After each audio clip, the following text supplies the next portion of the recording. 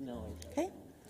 Good afternoon, everyone, and welcome to the Community and Infrastructure Services Committee meeting for April 22nd. Are there any disclosures of pecuniary interest?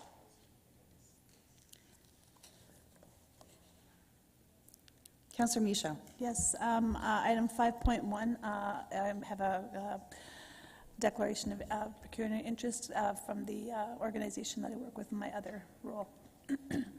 Okay, thank you, and you can file your paperwork then with the clerk.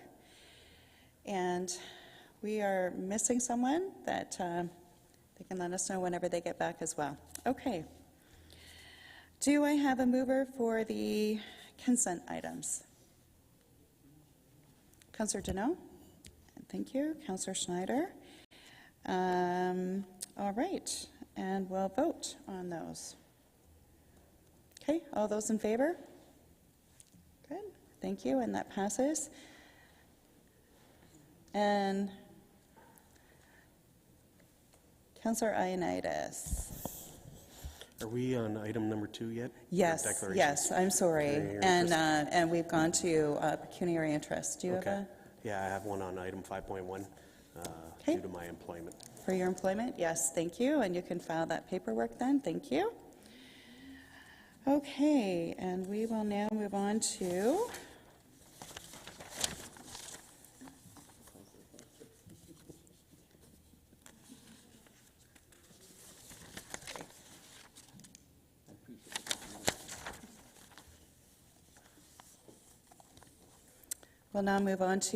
delegations.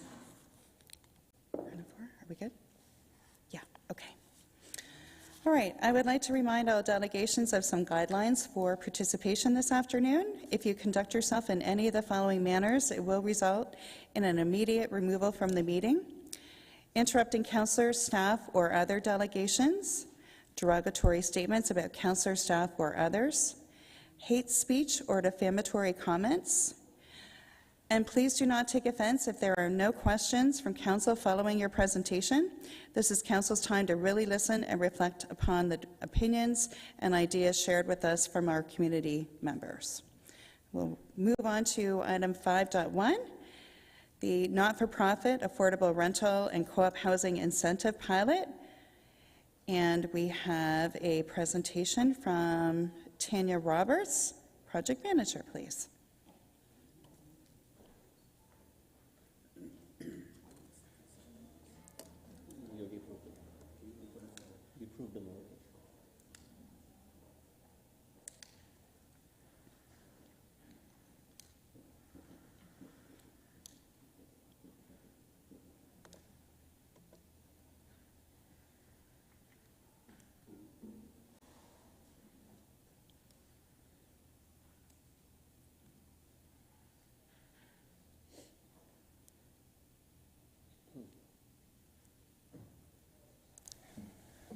Okay, and when you're ready, go ahead, Ms. Roberts. Good afternoon, Mayor and Council. My name is Tanya Roberts. I'm a project manager in the Planning and Housing Policy Division. Could you speak a little closer to your microphone, please? Is that better? Oh, that's better. Thank you. Good afternoon, Mayor and Council. My name is Tanya Roberts, and I'm a project manager in the Planning and Housing Division, or Planning and Housing Policy Division. Today we're introducing a new pilot program in partnership with the federal government through the Housing Accelerator Fund that will provide funding for not-for-profit affordable rental and co-op housing developments.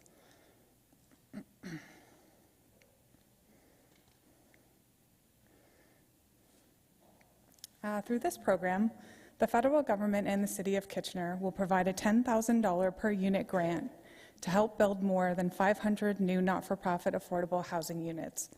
Funding will cover early project costs for developments that provide not-for-profit supportive, affordable rental, or affordable co-op housing units.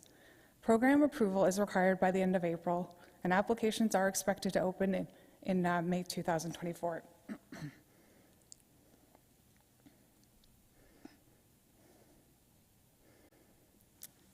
So half dollars would represent 75% of the total funding for this program, and when coupled with existing funds in the city's Affordable Housing Reserve Fund, could have immediate impact on the delivery of affordable housing.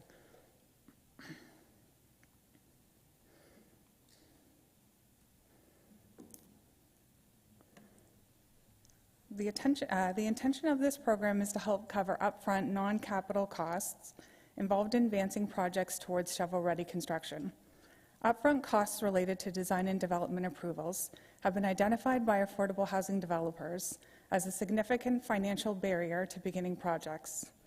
Given that the nature of this program is to provide early-stage getting-started funding, we acknowledge the need to build a strong accountability framework. We have heard from stakeholders that projects may encounter barriers and delays along the journey from project conception to shovel-ready construction. As such, staff are incorporating accountability checkpoints and measures to prepare projects for success.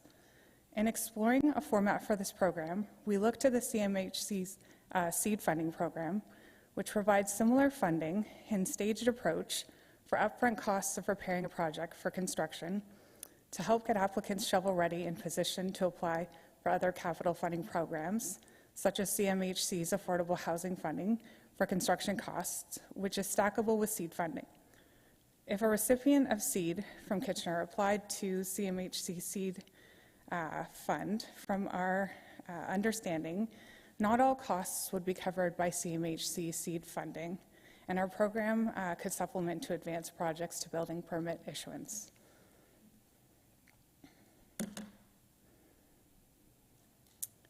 So, we spoke with 11 stakeholders from not-for-profit organizations and developers supporting affordable housing projects, as well as the region of Waterloo and CMHC.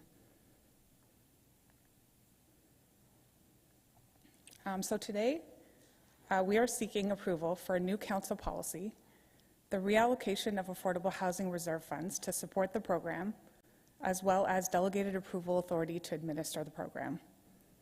Staff recommend a grant program with a legal agreement distributed in stages and including clawback clauses that provides $10,000 per unit up to a maximum of 50 units, so that would be $500,000 per project, to be distributed incrementally at key milestones as outlined in the proposed policy in Appendix A.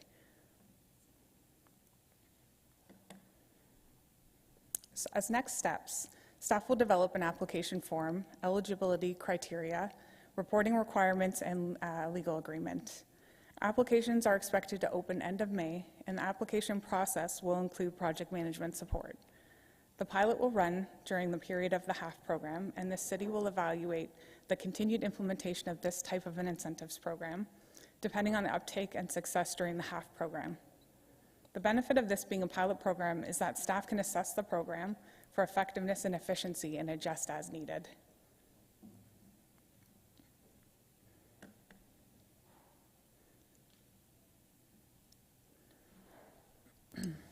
So we are very excited about the opportunity this program has to open up capacity for the creation of up to 520 new not-for-profit affordable housing units in Kitchener to help meet the needs of some of our most vulnerable residents in a real but responsible way.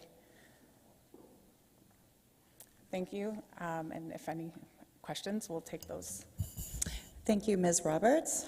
Councillor Chapman. Yeah, thank you. Thank you for the presentation. Sorry, you know what? Maybe we'll take the delegations first. Apologize, Okay. Councillor Chapman. Okay, so we'll go ahead with our delegations. Do we have Acer Bonaparte here? I don't see them. Next up, Eric Phillip from Threshold Support.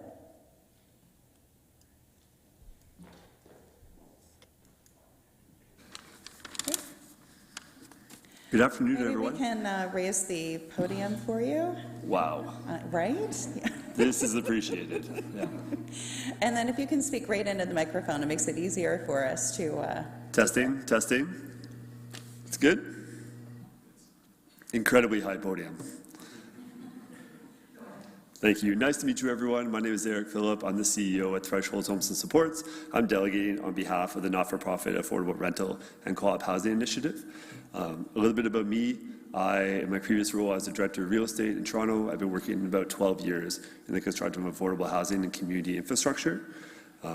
About 5 years ago, you saw a pretty significant shift in which CMHC's increase in funding for affordable housing was really transferred to not-for-profits away from public sector. This was a great move. What we saw was that government funding was being taken advantage of by those who understood communities and worked in those communities, also understood populations. Makes a lot of sense. As well, not-for-profits like Thresholds have a lot of resources that need to be intensified. So we have land assets, we have an understanding, and we have the ability to build communities. Also great news. The problem, when you saw this shift, was that not-for-profits weren't constructed to be developers. It's also a good thing. But so when you look at not many not-for-profits would have a director of real estate. Not many would have the financial infrastructure to be developers. And so there's a drastic need to build partnerships to help facilitate this type of work. It also presents a significant risk, not-for-profits, to work in this sector. So it's a huge amount of money in upfront costs where not-for-profits may not have that type of cash resources to take advantage of their existing capital assets. In terms of direct implications, you've removed the most significant barrier, that is the cash required upfront to build development of affordable housing. You have the ability to utilize external consultants to assist with pre-development work, so you transfer some of that knowledge to the experts who are able to support not-for-profits in building affordable housing. You've also incentivized the building of affordable housing. So not-for-profits previously may not have thought of themselves as developers, now see incentives like this one as the ability to take those key next steps in building affordable housing. This is a great incentive. From an indirect but equally important aspect, we're building partnerships. So now the region has the ability to build a partnership with not-for-profits at the outset of their construction process. You get to walk hand in hand with not-for-profits through these stages and have a much more significant awareness of the projects that are happening in your community. So now the City of Kitchener and the Region of Waterloo has an understanding of all the not-for-profits that are considering intensifying within the area, partner with them on these existing projects to get developed standards, make connections, build relationships, and start to work together to build the infrastructure that is much needed. From an indirect component as well, you get to make connections between not-for-profits and other government organizations that may also be interested. So when you see a transference of knowledge, we're really using our skill sets the best together by facilitating these type of programs. That's it. Pretty good. Thank you. And we do have a question for you. Go ahead, Councillor Chapman. Yeah, thank you, Eric, for coming in. Do you currently have any partnerships with the development community? Outside of the region, you mean, in the private sector? Yeah, with the private sector. So we do have relationships with developers. We're not actively partnering with a developer on a construction project at this time. Okay, so you currently do your own development projects and hire a developer, I guess. So we would utilize our existing assets we would develop internally, but my background is in real estate development construction. If we are a nonprofit that doesn't have an internal skill set in real estate development, we would be forced to either partner with a developer or utilize an external housing consultant that would help us go through that process. Okay. Does that make sense? Yep. Great. Thank you, Councillor Chapman. Councillor Singh. Yeah, thank you. And first of all, let me say that thank you for, of course, the good work that your organization does in creating affordable housing options in the region. That being said, with experience that you have, can you talk about some of the constraints that typically are seen when you're looking at a investment, not investment, but looking at a property, like doing the early due diligence and the upfront costs that are more of a barrier? For sure. So I will let you know that any costs that are not directly supporting clients right now is going to be a barrier. For us to reallocate funding, even from a reserve perspective, to an external project was extremely challenging. So the cost in itself is a barrier. And then simply from a time aspect or intimidation aspect, the risk of cost overruns, not having a deep understanding of a project and then proceeding with that project. I'll speak from experience.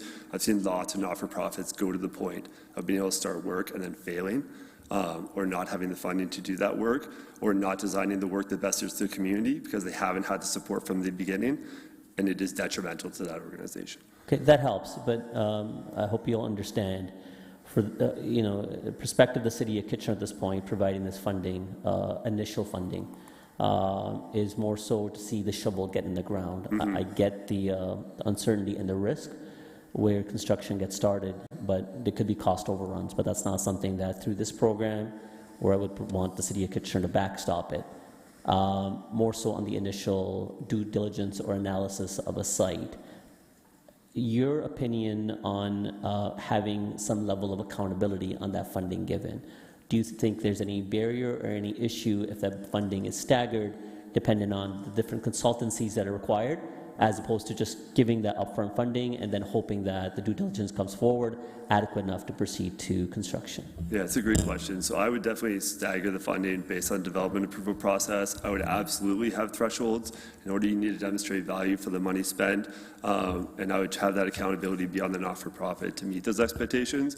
There is a long enough process and development process with as many stages as possible that you are able to check consistently to make sure that the money is being well allocated. Thank you, that really helps. And before you even look at the site, what type of analysis do you guys look at, trying to realize not necessarily just the site constraints or the site is suitable, but more importantly, the overall project is viable for your organization, where you would meet the metrics financially as well as the funding requirements through CMHC? What kind of analysis do you guys do ahead of time? Yeah, I think density is important. If we're going to start a project, you have to understand the scale of that work. A 30-unit project is very different than a 150-unit project. Secondly, understanding the broader impact on the general community is also really important. We don't have the luxury of just looking at a piece of land and then building something. We have to understand the implications of the community, the neighbors, what the region's expectation is for that neighborhood, and building with the understanding that we are creating a community of the future, not just a building on a piece of land. Perfect, thank you. Thank you, Councillor Singh. Mayor Pribanovic. Thanks very much, and thanks for coming in today. Just building on that last round of questions and the idea of having various stages and money flowing with that. One of the other things I think ideally want to ensure is that if we start a project, other than perhaps finding out that we can't get clearance or that you can't get clearance because of things in the ground or whatever. Is there a mechanism, do you think, early on in the process, maybe even in the application process, where the financials are now analyzed so that we know early on if at least it's going to be viable from that perspective at the end? I think, and I just went through this process recently with the City of Kitchener, a pre-consultation meeting to understand the zoning implications, all the other planning implications that the project may have, will give you a very clear image of what you can build within that site. From there, you can understand or should be able to either run your own financials or use a cost consultant or a consultant to help you with those financials.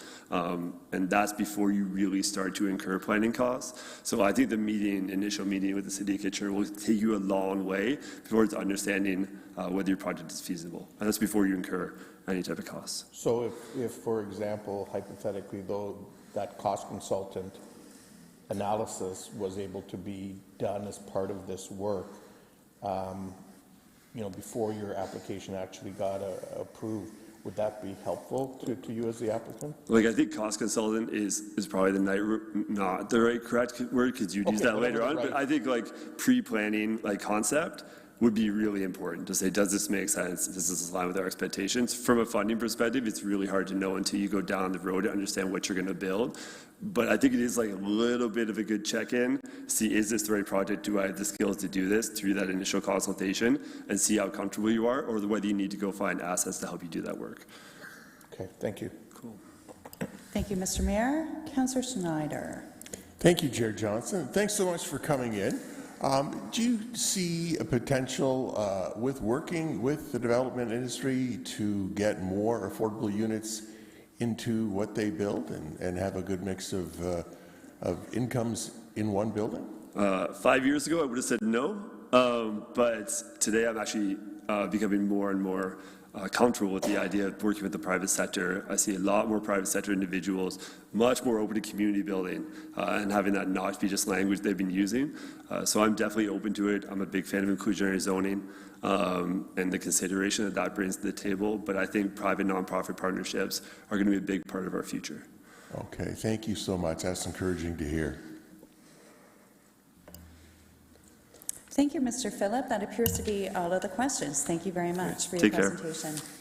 And next up we have Anne Bilodeau, please.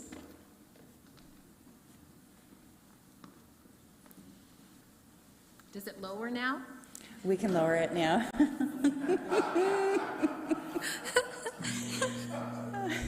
Oh, this is so much fun. Great. Hello, everybody. There we go. I And do- welcome. Thank you. I do have a few slides up there just to give you an idea. My colleague kind of outlined the construction side of things. At KW Hab, we've got the experience, and we have done quite a bit, probably in approximately the last 10 years. Being a charity, we decided to get into the game, and it was for the very reason that we're talking today, is there was incentives. We built the 26,000 unit on the far top right, going back to 2012. I think we started 14. But the other side of the property was going to be a parking lot. And then the incentives came out, and we decided to jump in and become affordable housing builders. Just to keep in mind, we have 22 units, that's the top left, and it is mixed. It is not for people with a developmental disability only, just to be clear. We have a philosophy of mixed tenancy that's really important to us. We have approximately 26 different properties throughout Kitchener-Waterloo. What was really important is once we got a trusted, good architect, they actually went around to all of our properties and determined which ones could be developed. And looking at, what we're going to be doing next is tearing down a group home in favor of an 18-unit, 18 one and two bedroom unit building, and you're familiar with everyone because it's prefab, mass timber, that we're just in the process right now of getting permit ready. One of the things that, again, Eric was talking about were certainly the incentives and the different things that we can run into. What I think is really important is that if you are going to give out this money, that the due diligence of the organization be extremely important, including any experiences that they have. I also suggest maybe a mentor program. We have something called the ICC, which is Intentional Community Consortium, and Eric has an acronym for something else for ICC, but it's about housing. And so I'm actually on the executive, and it's the province of Ontario. Anyone in developmental services that's interested, we share. So it's been quite the process. We were actually in Ottawa in March, and we did some advocacy work with the Speaker of the House and the MPs. I think the other piece to what we do, hang on just a sec if I can, that's just to let you know what KW Hab is all about. We're a little bit big. We're the best kept secret, I keep saying, in Kitchener. And there's our impact. There's our impact on our community, and this was our first affordable housing. But when you think about it, we've been in the housing business for 52 years. And so we are good landlords, and we also know how to be good tenants. So again, to speak to the question that came earlier, do we have partnerships? Yes, we do at KW Hab. We have a couple of great partnerships. One is Maxwell, that I think you're all familiar with, and I call it the cluster model. And if you ever want to know the business case behind it, having a cluster, we would never have 15, 20 units in a building, but 3 to 5 is just perfect. It's a cluster model, and you can actually support more people with your operating when you use that model. We also believe in neighbor helping neighbor, and so the philosophy that we have in our buildings is also shared with any of the buildings that we go into. And more recently, we've been asked by 3 different developers if we could do cluster models in their sites. So I guess the word is out that we're certainly good tenants, and I think those partnerships are what's important. again, Eric and I were talking prior to coming in, and even things like if something happens in a unit where someone we work for is renting and something gets ruined, we make sure that it gets fixed. Those are the kinds of relationships that are, and those are also the necessities that need to happen in good collaborative processes. So, and here is taking a look at what we're going to be doing next with our 18 unit. It's on a property in Kitchener, and crossing our fingers and hoping that we get the funding to move it all forward. How did I do? Was I under 5 minutes? Was You did well. Thanks, thanks, Ms. Bilodeau. We do have some questions from council for you, and go ahead, Councillor Deneau. Thank you very much, and the clock didn't stop, so don't restart the clock now for. Anyways, thank you for your presentation. 26 properties. That's yeah, you're right. The hidden secret amongst the city. How many people do you house? Like in the 26 properties? It might have been in the slide. We support 100, yeah, it's on the impact. We support 155 people, not in all 26, because we also have different, it's called supported independent living in different apartment units, but does not include all the numbers in our affordable housing. We also have a large property out in Urbsville where we have our organic farms, but that's more specialized, and we get into different types of housing there. Okay. Now, do you have group homes as well? That is, yeah, we call it inclusive living, so we've been switching the language the last few years, but we do have 26 group homes, and the one we're tearing down is in favor of the 18 units. So that was one of the questions I was going to ask, is the end goal to remove those homes and create more of an apartment/community? Not all of them. To be fair, you still need some of the homes, especially if it's specialized, when we're talking about transitional aged youth and some of the specialized services. But any of the homes, I'm sorry, but stairs in a group home, not so smart 20 years later, because as people age, it's become a big problem. So what we're looking at is a lot of our properties that have lots of stairs, for example. So philosophically, would we like to move away from a group home model? Of course. However, 3 people living in a home is not so bad either. We just want to kind of lose the 6 people in a home if we can through these types of endeavors. Perfect. And I just have a few more questions. So you mentioned it's not just, you don't just house people with developmental disabilities. It's a whole range of people. So is it just people with like physical and developmental disabilities, or is it just, No, people? whoever needs affordable housing. Okay. Yeah, as long as they qualify. There is a process you have to go through, which includes being willing to help a neighbor, even if it's just to say hello. We had one person who happened to have been homeless and said, I'm not too sure if I'm going to be able to say hello all the time, but I will once in a while. And he does it all the time now. So it takes a while. Took a couple of years to do that, but it seems to be working 5 years in. Awesome. And now my last question: in your time at with KW Hab, like, has there been reluctance from communities that you're relocating to based on stigma or past ideas of what some of these homes look like? Well, my time at KW Hab has been 46 years, so I think I can speak to that. And NIMBY, I remember that years and years ago, but not anymore. And here's the reason why. It's because when we go into a neighborhood, we want to be a good neighbor. And it goes back to what we talked about before. And our standards have to be high.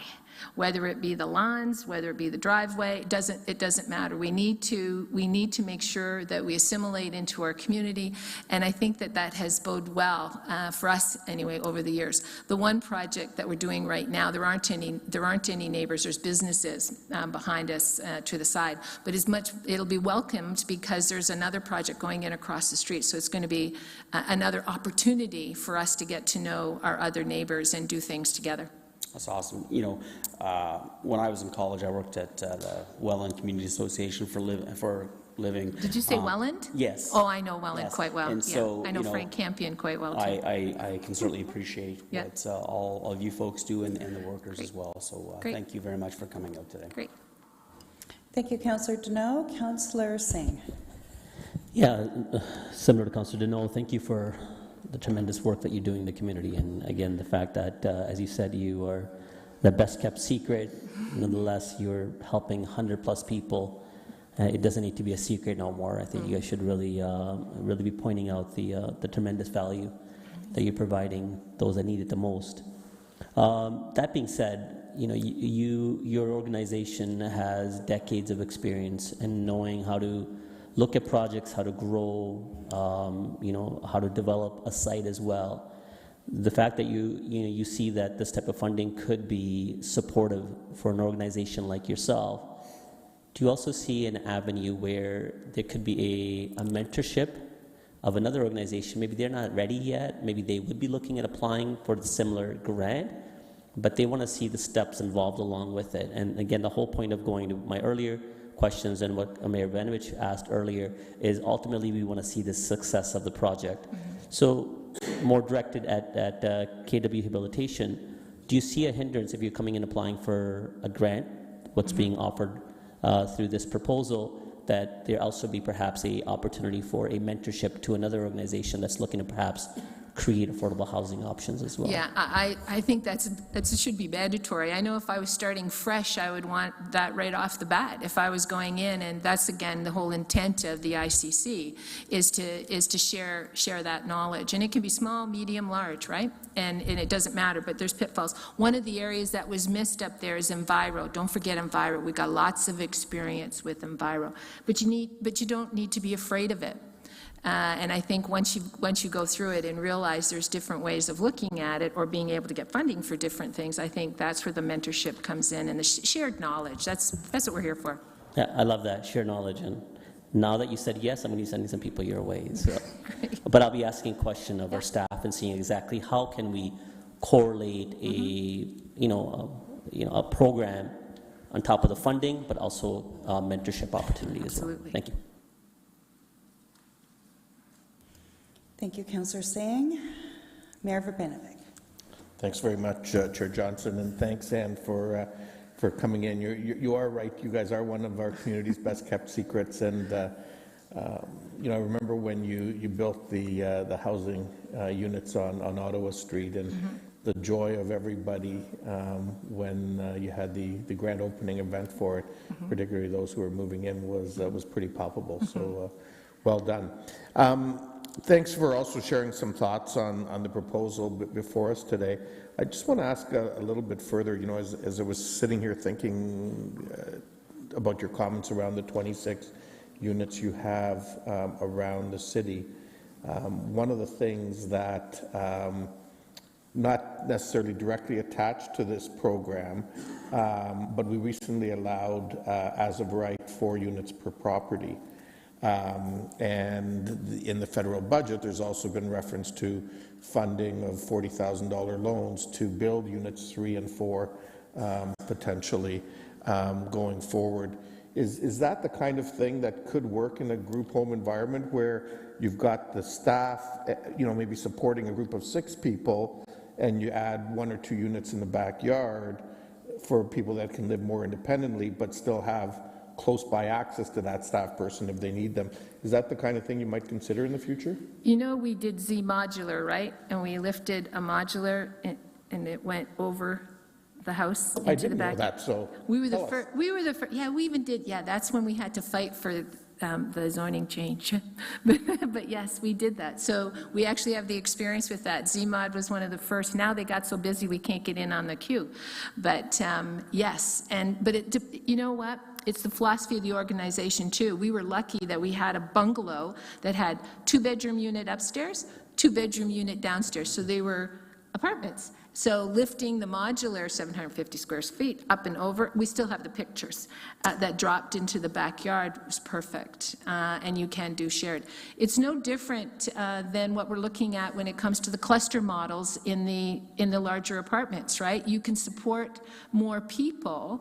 You know, if I have a night staff, they can do 4 different apartments. It'd be the same on a property, and I do know colleagues are going that route with 4 or 6 plexes is the other option. And you can mix in there too, right? So that might be something we might want to, outside of today, have some further dialogue Right. with you on. Going Absolutely. forward. Okay, Yeah. thank you. Thank you, Mr. Mayor. Councillor Chapman. Yeah, thank you, and thank you for coming in. My question has to do with affordability. So in the policy proposal we have, it talks about 2 different definitions. One would not exceed 30% of the gross annual household income, and the other is at or below average market rent of a unit in the regional market area. What category are you providing housing for? Well, if we had the funding, we would do what we call deeply affordable as much as we can, and that's the 565, which is the ODSP, right? That's for your most vulnerable. However, the business model just isn't there. You can't, unless you have top-up, right? So how much top-up with all of these new creation of affordable housing? So again, what we're looking at is a bit of a mix between the 80, and that's what we have at our 22 unit. So there's quite a nice mix over there where we do have some that are deeply affordable, and we have others that are what we call that fall within the affordable housing, which is the 80, I think, or 85. Sorry, I can't remember the percentage, but we fall in that. 80% of average market value. You definitely do. A non-for-profit wanting to do more in the deeply affordable housing side definitely needs more funding, right? I can't carry a mortgage for $4 million and have a business case that will allow for a lot of deeply affordable, but hence the reason why something like what you're doing is so important, because it helps us meet that goal, right? So who would actually be housed in these 80% of average market value units? The 80? Because they wouldn't be off the region's affordable housing waiting list, would they? So Sure. the units that are 80% of average market value, who would actually live in those? Oh, we get it off the waiting list from the region. So the region has a waiting list, so anyone who comes in and we do our matrix can live in the 80% as long as they can afford it. So it's their household income, right? So many of them are already on the waiting list. Not everyone is deeply affordable need under the waiting list. So everyone you house is off the waiting list? Pardon? Everyone you house is off the waiting list? Yeah, not everyone we house directly off the Waterloo region. We have half the building that if someone comes to us through what's called developmental services, right, that again, they would automatically be able to qualify, but we tell them to go to the region to make sure that they're on the region's waiting list. That's just what we prefer, to keep it clean. Right. Yeah. Oh, okay, thank you. Thank you, Councillor Chapman. Councillor Deneau. Thank you, Chair Johnson, and sorry, the mayor in one of his questions sparked this next question. And so for any of the individuals that you support, so their care needs, if you expand or if you create more units, is there a concern for the lack of staff working at in some of these units? You know, there's a shortage of healthcare staff across the province, across the country. So I'm just curious if that's on the radar, that there may be a concern of the lack of staff, that you can't find them. Yeah, a couple of years ago during COVID, I'd say potentially, but I see it coming out. We've done actually quite well. We have over 600 staff at KW Hab. But no, you can actually, it actually works better when you do have the different units. So for example, we had 6 people living in a group home. And we have an operating budget for that. Actually, no, I'm wrong. It was 5 people. So we moved them out of the group home, and we have an operating budget for that. And we were able to do 3 2-bedrooms and 2 1-bedroom. And you don't need more than still 1 night staff. So you see how you can actually get, I call it, more bang for your buck. Now, the level of support that an individual needs varies, and it can be very different. And would you have, somebody high need? Maybe not necessarily, if they require a home that requires specialized home support. Okay. It'd be different. But no, we're fortunate, knock on wood, that we're doing okay with our staffing. All right. Awesome, thank you. Thank you, Councillor Deneau, and that appears to be all the questions. Thank you, Ms. Bilodeau. And next we have up Dr. Robert Fuster and Marty Mollengrath, please.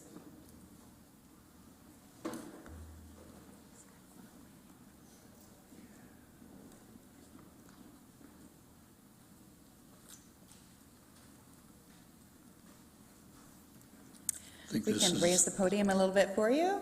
Yep. Not for him, but I'm okay.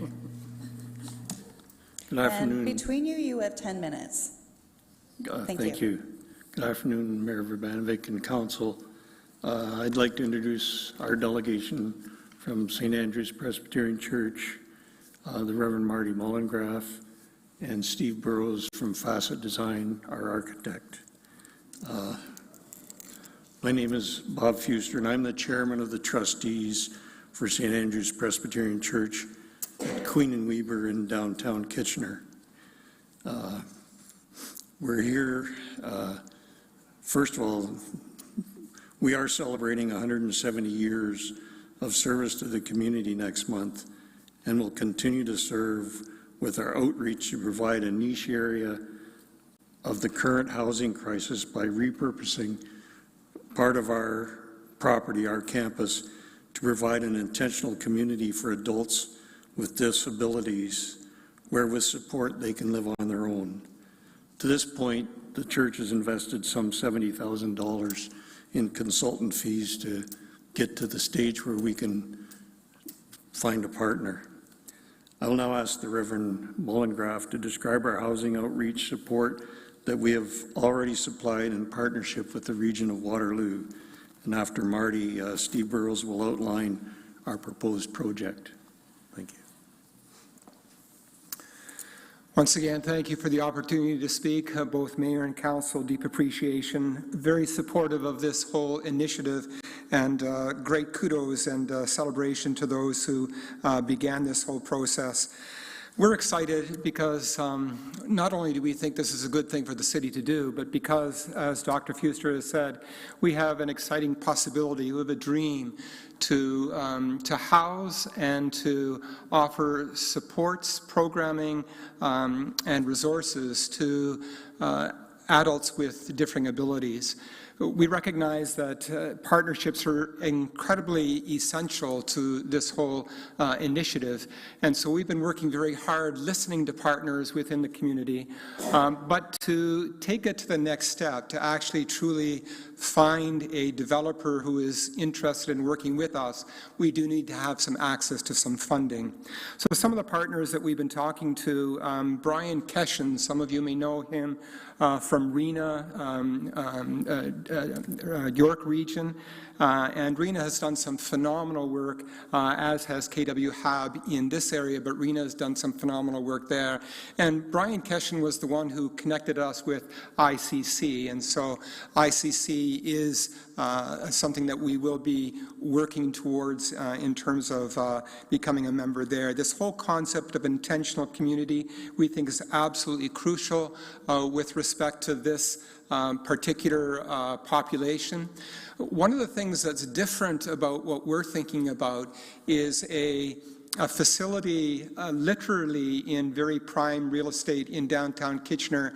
Our church is at the corner of Weber Street and Queen Street, but potentially 50 adults that have differing abilities, together with the at a deeply affordable or affordable, as the last speaker said, it's hard to get deeply affordable, but together with potentially other people from the community, and it could be their parents, it could be friends, neighbors, grandparents, relatives, who would buy into the market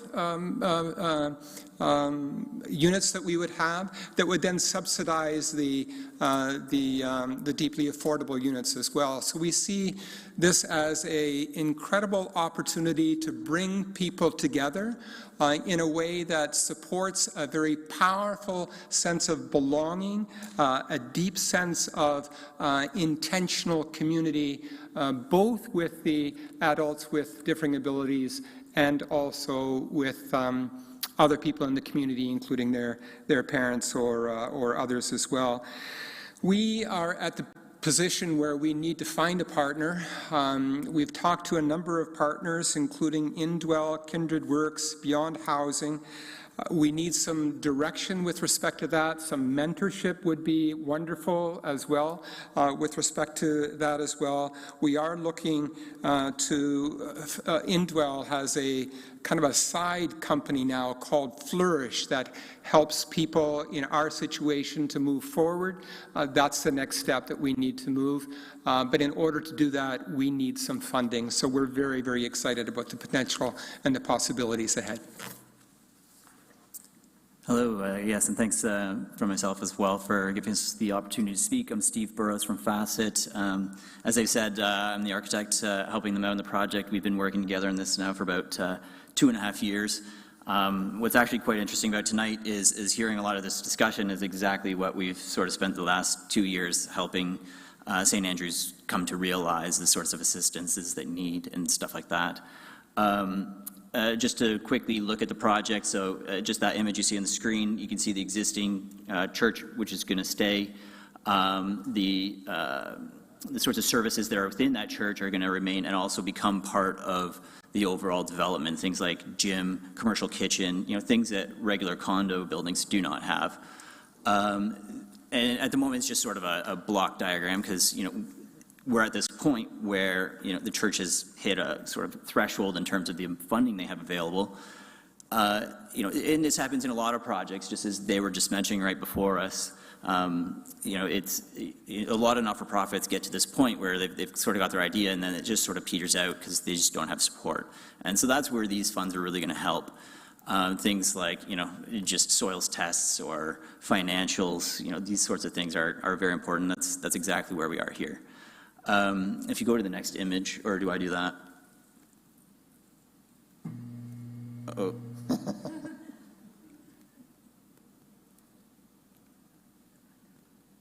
There you go. Okay, so this just gives you an idea of what the building would sort of be inside, and that's really the critical point of this project is what's happening inside, because it is meant to be an intentional community. It is a shared community where you have, families with adult children with disabilities, where it actually gives them an opportunity to be autonomous, both the individuals who have disabilities, but also the families who have been caring for siblings or brothers, sisters, niece, nephews, mothers, fathers, sons, daughters. I mean, it's they end up in these situations where they need somebody to help care for them, and then they get sort of tied together. And this is going to give them an opportunity for some autonomy. Next image, do I do that? I don't know which button worked.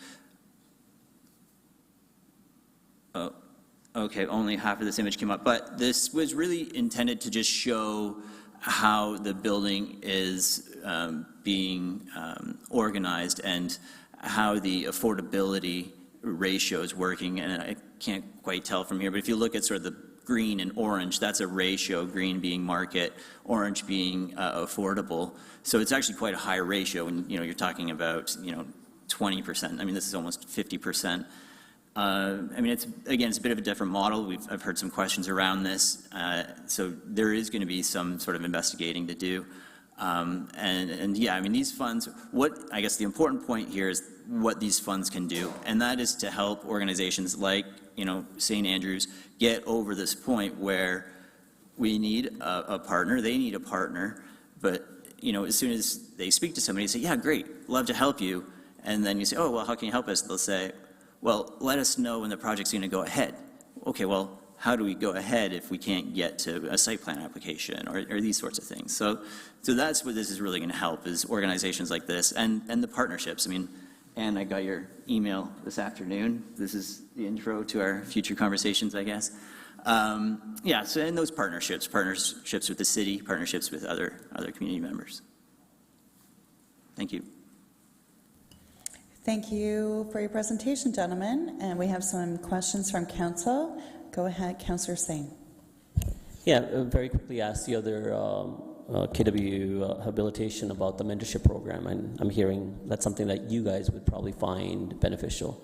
Do you see any hindrance or any problems that would be created where you would be kind of shadowing another applicant's application, but seeing exactly the steps that they are taking in advance, perhaps for your own project viability. Well, just like I just said, so Ann and I just got connected today. We've been working with Elmira Community Living, Elmira District Community Living. They're one of our clients. Because it's in Elmira, there's sort of, where their funding comes from, they sort of have to show, hey, we're putting our funding back into Elmira. So it's difficult for them to partner with us here in Kitchener. And so now we're just, we've been introduced, and yeah, it's something we'd certainly welcome. I think the collaboration and willingness is likely there. But what I'm trying to see is, is there a role for our staff as part of this funding program to align the different organizations, not-for-profit groups that are in various stages of perhaps wondering what they can make use of their land parcels, or in collaboration with other not-for-profit organizations to bring forward development application or affordable housing options? The easy answer is certainly. It's harder to give a more elaborate answer on that because every condition is going to be different. We spent 2.5 years just figuring out what this building was going to be, and we initially started a conversation saying, hey, we want to do something with our lot, some sort of affordable, we don't really quite know.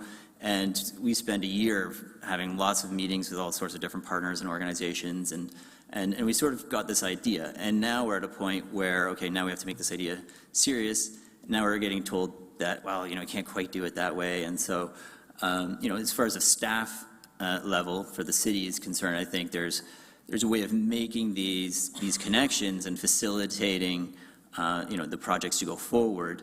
And I guess that's what's going to help it roll, essentially. Thank you, Councillor Singh. Mayor? Thanks very much, and thanks to the three of you for coming in. And Dr. Fuster, thanks. I know this has been a passionate project that you've been involved with for some time. And 6 years. And, yeah.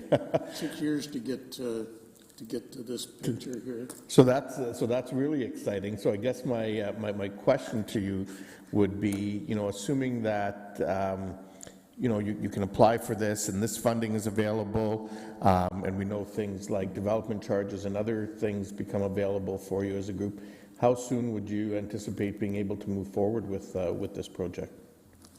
We are moving forward. So, one of the things I mentioned, and I guess part of this is that, to do these things, everybody has to become a part of this partnership. And, I said we spent a year having meetings of, just kind of deciding what this is going to be. That was all time I spent in kind, which is tens of thousands of dollars. So we've already contributed our time to do that. So it's great to see that, the city has this opportunity too. So in terms of moving forward, we are moving forward. They're about to submit the application for Heritage within a month or two. And it's sort of been this, again, if they had $500,000, we'd hire the team, we'd go. But because we're going, okay, we have certain amount of money to spend on this consultant. We have certain amount of money now to do this consultant. So it's very incremental. Right now we're at Heritage. We've done the pre-consultation application. And then, again, if this kind of funding comes forward, then we'll get a team together and we'll push it forward. It'll be a different thing, different pace altogether. Which is fantastic, and I think the vision that you've created here is very exciting and promising, and I think also speaks to a trend that we've seen amongst a number of faith communities in the community who have stepped up and said, we want to live our faith in terms of trying to be part of the solution to the housing crisis, which will take an all of council and all of community effort in order to tackle it. And so thank you to the three of you for being here today. Thank you, Mr. Mayor. Councillor Chapman. Yeah, thank you, and thank you for coming in and sharing your vision with us. First, a question: how many units are you anticipating? Maybe you said it and I missed 100. 100. But it's not so cut and dry. And if you're going to ask me an affordability question, I'm just going to say it's not so cut and dry. Yeah, the other side of the image isn't there. Yeah, 100 units. 100 units? And that's Some are four how many bedroom. people? That could be more than 100 people. How many people? Yeah, well over 100 people. So, and that's how the affordability sort of calculation is done. Right. There's 100 units, say about 30 of them are actually sort of considered affordable, but the number of people that those units are serving are much higher. Right.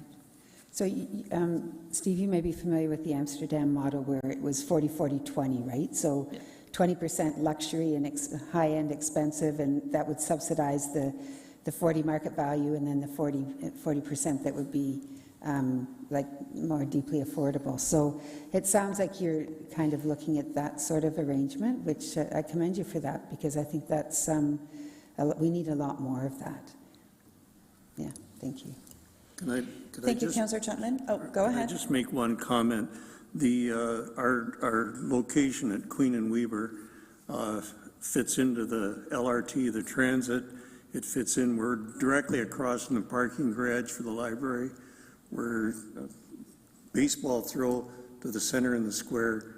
And to me, and from this building as a matter of fact, to me, it's a perfect location to provide for those who desperately need a niche part of the housing crisis that we in the city and the country face. I absolutely concur, and I know that Council does too. Thank you. Councillor Owadani. Thank you very much, Madam Chair. You mentioned earlier that it took 6 years to get to, what we're seeing on the screen. I wanted to just get your thoughts, apart from this initial funding, where else are potential pain points in the entire process that you feel this is an area that over time needs to be looked at, reviewed, and possibly improved to make things a bit faster, easier, less cumbersome as well? So, well, the 6 years, I should be clear, Bob's been working on this for 6 years because of, the specific site conditions. More internal. Okay, then, got it. So I've been now about 2.5 years from the day we sort of first started.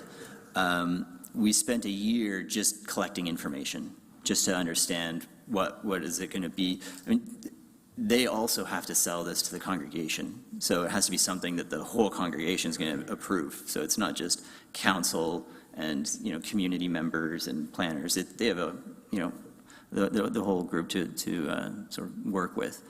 Mm-hmm. So we did that for a year, and so for the past, say, year and a half, a bit less than that, I would say, we've been just going through, getting the images, getting a pre-consultation application, now doing the heritage.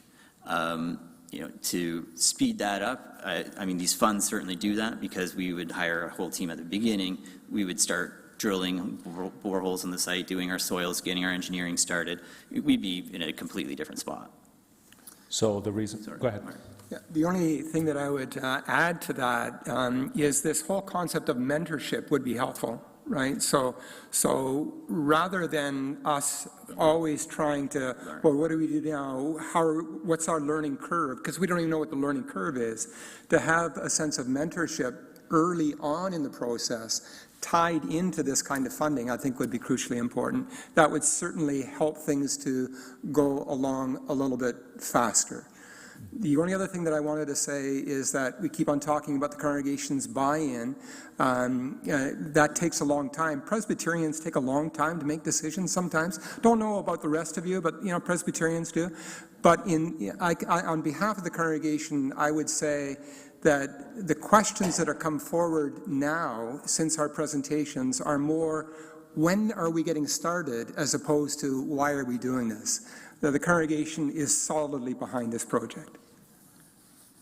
Yeah, I was just going to add to what Marty was saying is, oh shoot, no, I lost it. But yeah, I've lost it, don't worry. Okay, thank you. So my understanding, a large majority of that 6 years was more internal stakeholder conversations, trying to get the buy-in. With the conversation to get to the stage, plus the heritage aspect of it. We do have two. The church itself. We're not talking about the church itself. It's been here 170 years, and God willing, it'll be here for another 170. But what we're trying to do is a vision of our outreach to humanity. Thank you. Thank you, Councillor Owodani. Councillor Schneider. Thank you, Chair Johnson. Not so much a question, but just a comment to thank you. St. Andrews have been real leaders in caring and compassion in our community. You were part of Out of the Cold. I know at the start of the pandemic, you opened your facility for a shelter. And at a time when religion can tend to be a little divisive, what you're doing here, I think, is expressing your faith in the most purest, practical, and beautiful form. And I thank you so much for it. Thank you.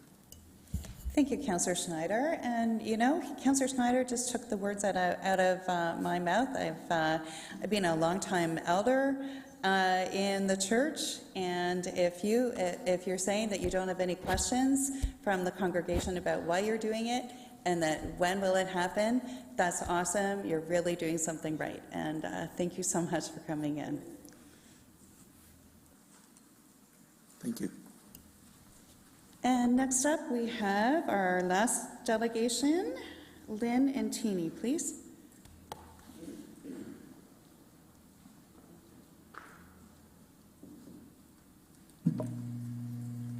Thank you. And welcome. Thank you for the opportunity to speak today. I've heard this council ask in the past, where are the people who would benefit from this? I've heard today the need for people to live in non-subsidized units to keep projects financially viable. I hope I could be one of them. I'm not the most marginalized or most in need, but my housing situation in the current market is not sustainable long-term. My quality of life and my ability to contribute to the community would be greatly improved by living in cooperative or other types of non-market housing where rent increases are predictable and accountable. This opportunity seems impossible when wait lists for the non-subsidized units in community housing are so long that they're simply closed across the entire province. In lieu of municipalities being able to require rent control on new units or dictate what level of luxury, finishes, amenities a private developer chooses to provide or charge for, or even for the municipality to have a say in what size of units are built based on the housing needs assessment. Facilitating non-market housing units in all of the ways this can be done is a valuable mechanism for providing all types of housing that build resilient communities. I'm very reassured by the previous delegations, so I'll talk about communities. When people say they can't stand apartment buildings and doesn't everyone want to live in a single-family home if they could afford it? These sentiments are symptomatic of multi-tenant residential being built with the intention of profit first, and the expectation that no one will or should be living there for more than a few years. They're built with the intention of creating housing units for disengaged people. Of course one's likely to be disengaged when you're paying more and more money to undisclosed corporations while the building decays around you. You have no say in how your money is spent, and the province can't or won't uphold your rights to safe and secure home. You have no way of creating a garden. No way of saying, hey, we need a path through that fence for the kids going to school. Let's make that path safe and permanent. Non-market housing is well placed to prioritize safety and well-being of tenants, durability of the structure, and environmental concerns, as well as build good neighborhood connections, because tenants, members, have a say. That means something. Having a say in your home and your neighborhood, I think that could assist neighbors in feeling confident in welcoming these developments. Cooperative and other non-market housing can include membership and shareholder covenants that protect that housing stock and the tenants in ways higher levels of government may never require. Co-ops don't do above guideline increases, AGIs. Repairs to the roof, brickwork, elevators, those are all inevitable building maintenance that can be planned for. Co-ops are legally required to have a capital expenditures fund and plan for these things. These are the kinds of accountability mechanisms that not-for-profit projects have to adhere to in order to get access to funds, grants, and incentives. The status quo, allow for-profit developers to do as they like with government incentives, while nonprofit initiatives are scrutinized, points to the path of getting the housing we need is to use the accountability mechanisms which are placed on non-market projects. When we take maximum profit out of the mix, we can prioritize sustainability, longevity, security for all stakeholders, and we can build better communities. Thank you. Thank you so much. We do not have any questions for you. Thank you very much for coming in. Okay, we'll move on to questions of staff now. And Councillor Chapman, you had been keyed in first, so if you want to go ahead. Yeah. I just wanted to know whether, who would qualify for this funding? Is it a first come, first serve? Is it through RFPs? Is it something decided by council, by staff? And, well, I'll start with that.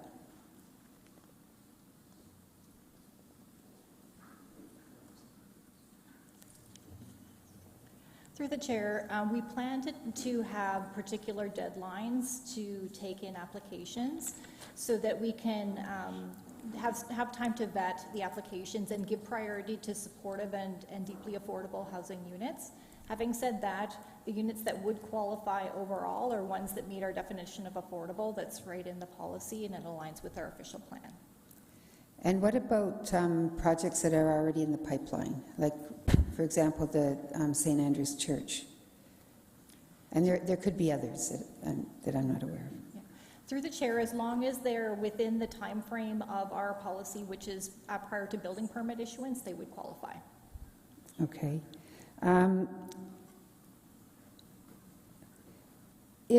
So let's say there's a development that's a developer comes along and decides to partner with, say, Indwell or Thresholds or whoever for a certain number of the units as deeply affordable within a build.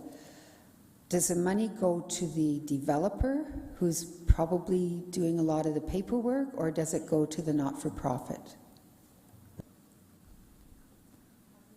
It would go to the nonprofit developer. Okay. Another question I have is on page 4, item D. It says priority may be given to the projects that include deeply affordable rental units and/or supportive housing. Would staff be willing to say will be given to projects that include deeply affordable rental units and/or supportive housing, rather than may be given? Can you keep back in? Oh, there, thank you. Through the chair. So we're prioritizing supportive and deeply affordable. Well, we did hear from delegates that it's financially not always as sustainable to be 100% deeply affordable. So that's why we are saying may, as that would be our first priority, but we understand that not all projects would be able to do 100% deeply affordable. Okay, and who are these delegates? Just leave your mic on. Sorry.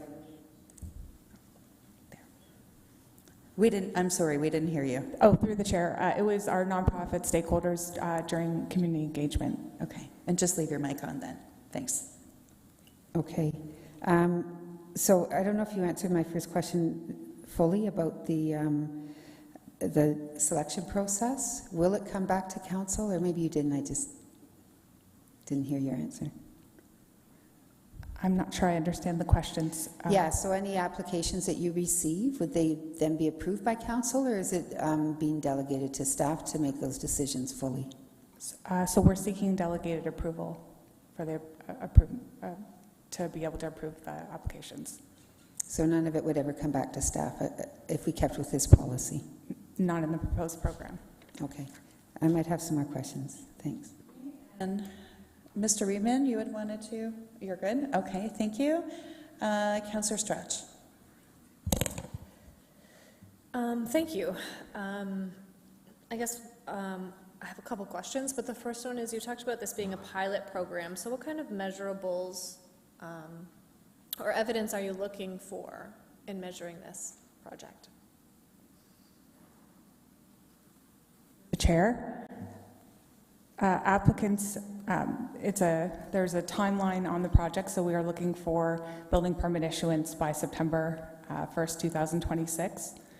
So program evaluation and how our approach is a staged release of funding.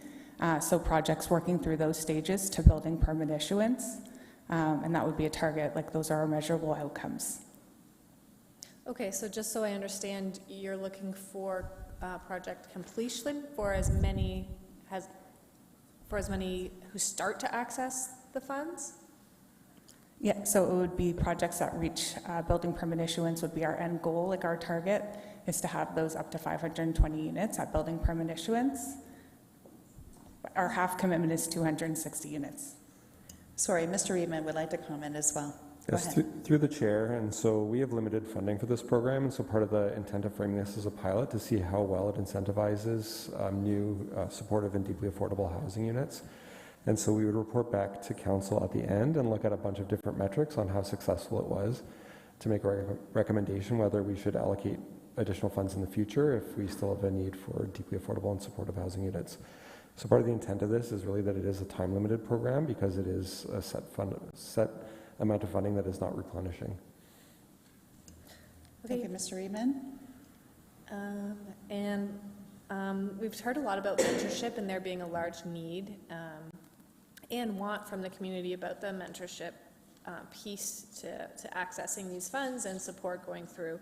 I want to make sure that with this money being available, that it's not only just available for not-for-profits, but for different communities, faith communities, families, or people who perhaps already have some of the capital investment needed, but are looking to use their property in different ways. So through the chair, council may recall we do have 2 project manager positions in the planning division that support affordable projects, and so they're really intended to be a resource for the applicants and to understand what their needs are and what the barriers are. And so certainly if it's an opportunity for mentorship, we would put them in touch with other contacts that could support them. But if it was somebody who was just new to the development process altogether and just needed, a helping hand to sit down and walk through every single step and all of the requirements, the project managers are available to provide that service. And we internally like to think of it as sort of an affordable housing concierge type service where you really get dedicated treatment and understand all of the milestones and commitments so that we can see these projects come to success. I was just going to say, I imagine that will be a rich learning opportunity, and hopefully some of the metrics that were gained out of that will be able to transfer into hopeful more future projects. Thank you, Councillor Stretch. Councillor Singh. Yeah, thank you, Madam Chair. I like that word, concierge service. I think,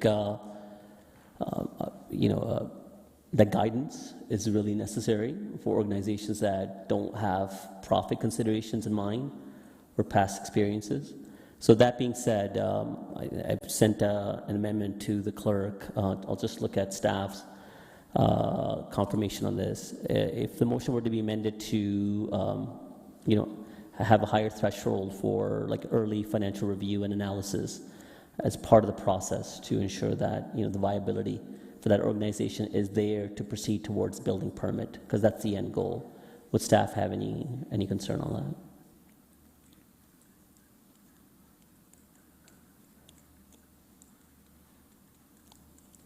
So through the chair, thank you for the question.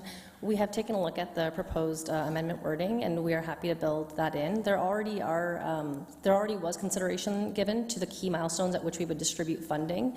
And the other piece I would like to add is, in talking about it recently, staff have decided that the first few installments would be the portion that's funded by CMHC, and it would be the last installment at building permit stage that would come from the city's portion of this grant program. So we're happy to manage it through the process that way and to make sure there's accountability at each step. Yeah, okay. And the other part was the And thankfully, some of the not-for-profit organizations, the housing providers already acknowledge one willingness to be a mentor and others seeking a huge benefit of that mentorship. Would staff have any issue with looking at exploring a mentorship program as part of the overall, I guess, program? So through the chair, no, staff would be happy to help establish that mentorship opportunity and to put people in contact with each other and put some more formality to that approach. Awesome. Madam Chair, so I've directed the clerk a motion, 2 amendments to that effect, and hopefully that will be up later. Okay, thank you. Thanks, Councillor Singh. Councillor Deneau. Thank you, Chair Johnson. So is there a mechanism to get any of the $10,000 back? I know there's an inherent risk as outlined in the report, but is there a mechanism to get any of that back if a development doesn't ever come to fruition?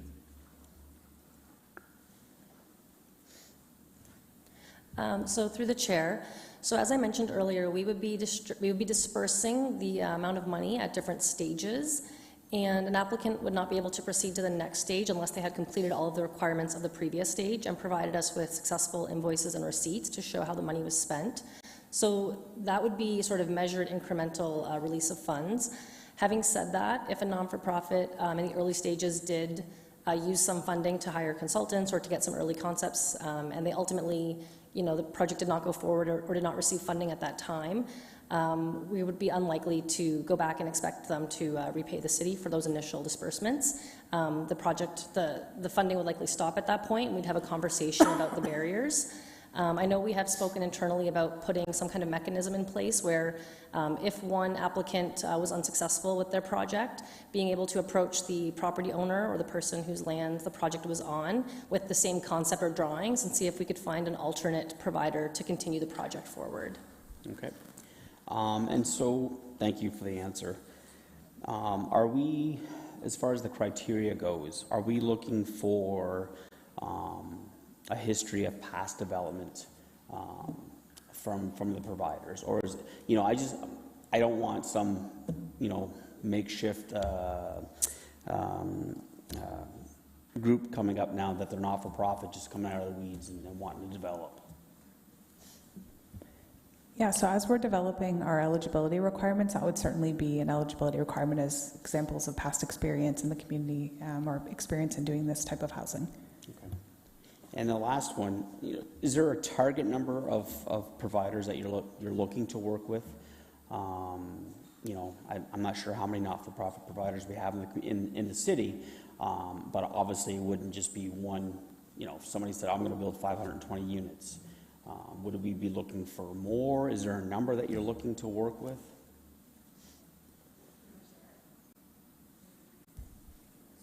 Through the chair. The incentives fund is up to 50 units max. So like if it was more than 50 units, the incentive or the grant would only cover up to 50 units max. Okay. So it's about a $500,000 grant. Right, but there's no we want to work with 5 groups or 10 groups, it's whatever. Yeah, it's per project. Okay, all right, thank you. Sorry, through the chair, just to add on to Councillor Deneau's comment or question. We do know that many of these projects end up being in sort of the 50 to 100 unit range size, depending on the organization and their experience and comfort level. So with a goal of achieving 520 units, we'd be hoping to see anywhere from probably 5 to 10 projects come to fruition over this time.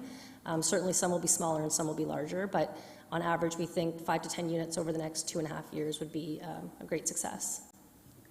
Chair, sorry, and so I guess to go on, add a little bit more, another question, is there wiggle room if KW Rehabilitation says we want to build 75 or 100? Is there a wiggle room to go above that 50 units per proposal? So I'll start. So through the chair. So at this time, the amount per project is capped at 50 units. So if it was a 75-unit project, we'd give them funding for up to the first 50 units. I think part of this exercise being a pilot is for us to understand how these projects unfold and what the financing challenges are for the nonprofits.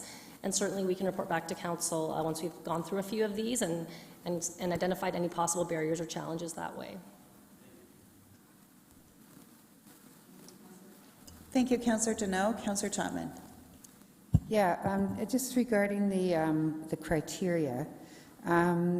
So, for example, we have a church that's probably never built before, so they wouldn't have the experience that, say, KW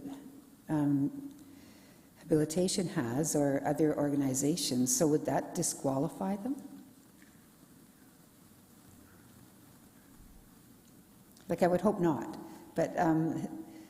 Through the chair, what we would be looking for in a situation like that is, and they already said they were looking for not-for-profit partners to reach out to. So I think it's with that relationship that it would really bring the project to fruition. In this case, they would need to qualify. They would need a not-for-profit housing developer. So that would be that meets our definition to partner with them, and then that could bring the experience that they need to bring that project to life. So the church itself wouldn't be considered that not-for-profit developer, I guess?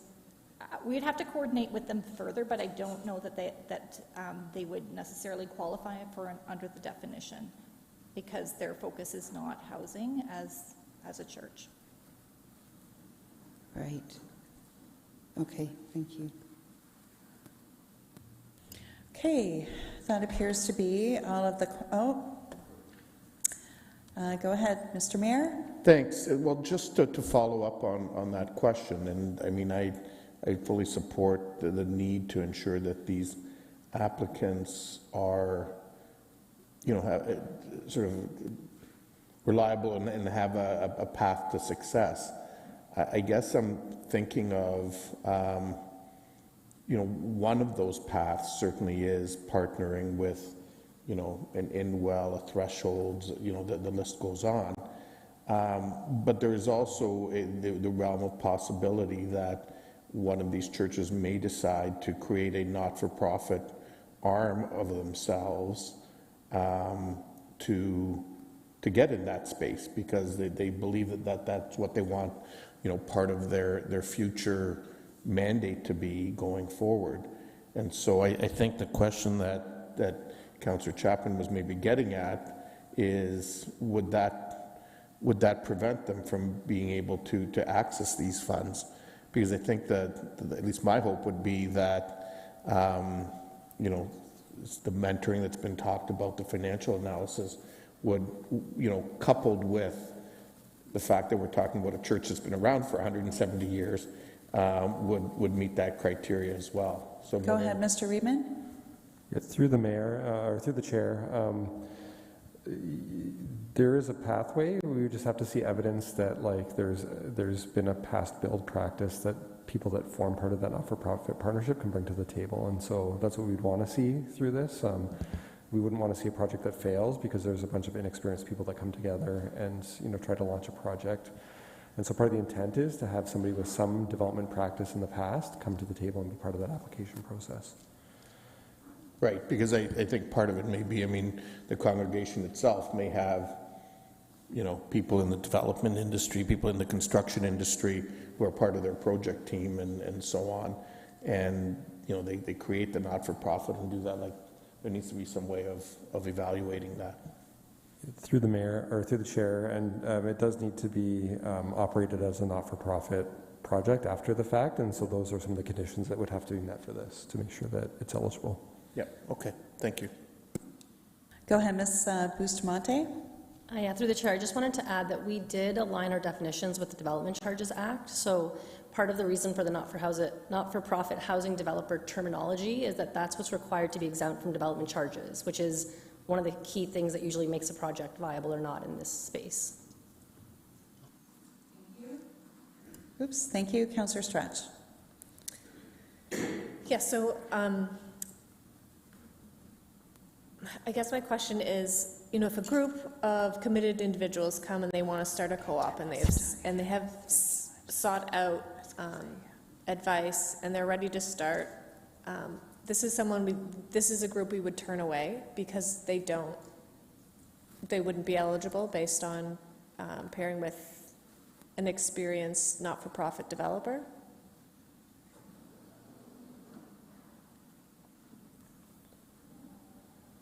Go ahead, Mr. Reedman. Through the chair, and so this is a lot of money that we're looking to grant out to potential projects, so it's up to $500,000. And so we want to make sure that there are some safeguards in that, and so having an ask that somebody that has experience in constructing housing, this is typically multifamily housing, isn't a small ask to bring forward. And so there's a lot of not-for-profits that are out there that would look to partner with people that have land opportunities. I think there's formations of not-for-profits or people that want to come together to form a not-for-profit, but they can seek that additional resource that they need. Like, we know that building a house is relatively easy, but building a 50-unit apartment takes a lot more skill set, and we want to make sure that councils funding projects that are viable, so that we're making sure that we're getting the best outcomes to get deeply affordable and supportive housing for our community without losing money or opportunities through that granting process. No, I can understand that, and I'm appreciative of that, but some of the richest learning comes out of failures. And so being able to support a group who's new at this, there's a lot of learning in that for us too along the way.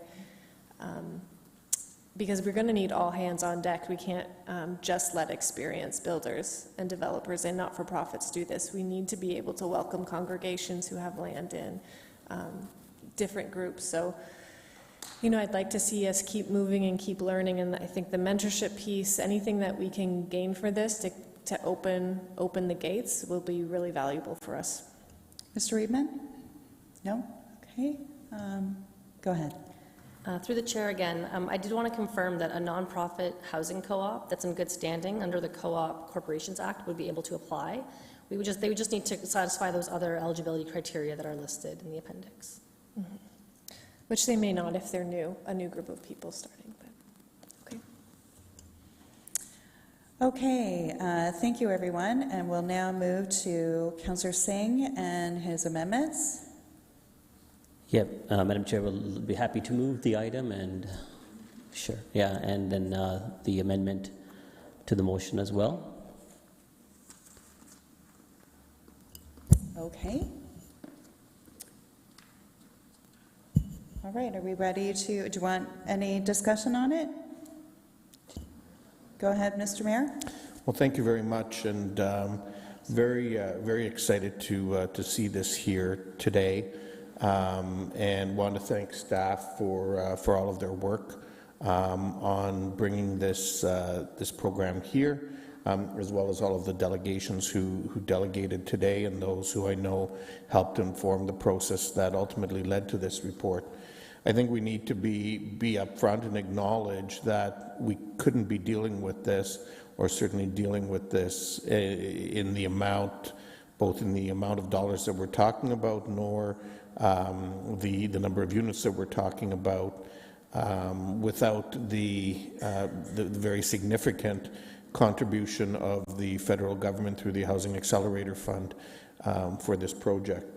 And so I do want to acknowledge that here, that 44.2, I think it was, million that we've received is certainly going a long way towards doing a number of things, and with this, assuming that this gets ratified by council tonight and by committee today, and then council next Monday, it'll allow staff to finalize the details of the program and allow us to launch it, and it'll meet both the timeline and that we've committed to in our half commitments, but will then actually see us having achieved 4 of our half commitments. We've done 3 through the planning policy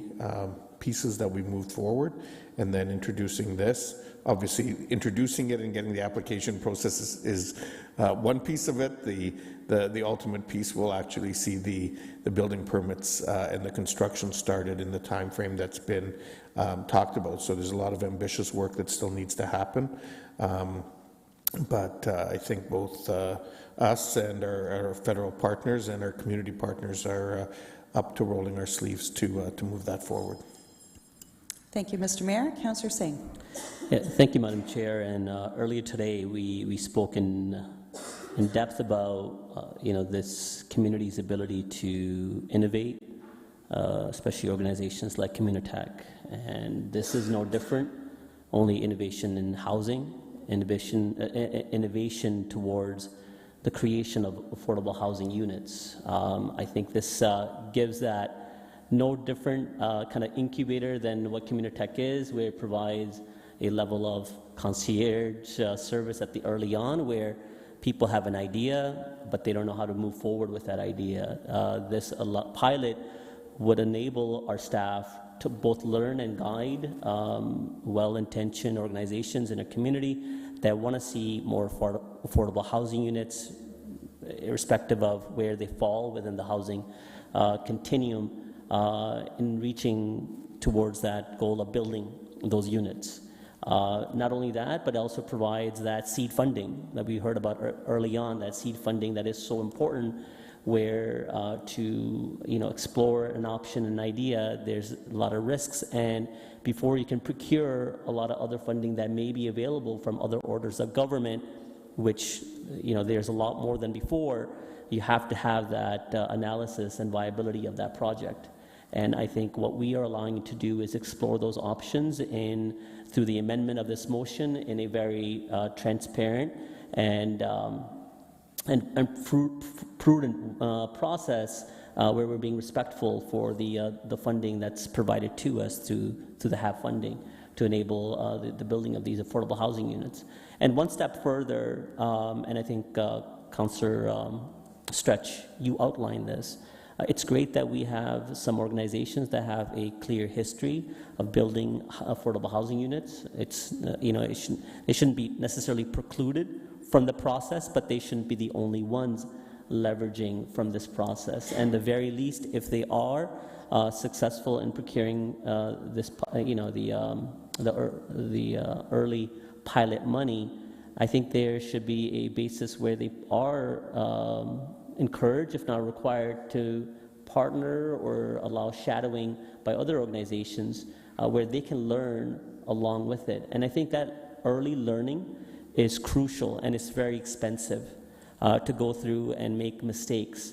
Smaller organizations just don't have that financial ability.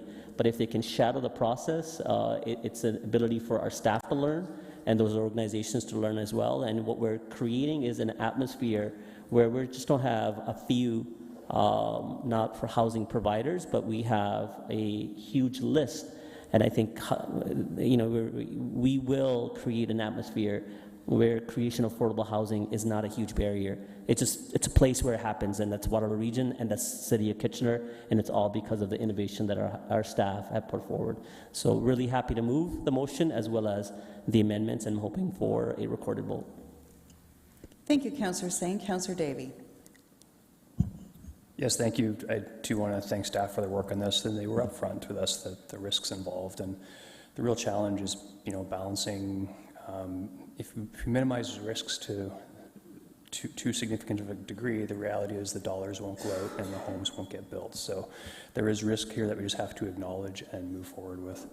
I'm also thankful to the federal government for this money, but I also am cognizant of the fact that it's a pilot program, and I do believe that all levels of government do have to get into more permanent construction of deeply affordable homes. We've done a lot of work lately addressing the market housing, which we also need desperately, through Going Together and through the 4 units per property, and even the expansion of our built-up boundary and inclusionary zoning as well.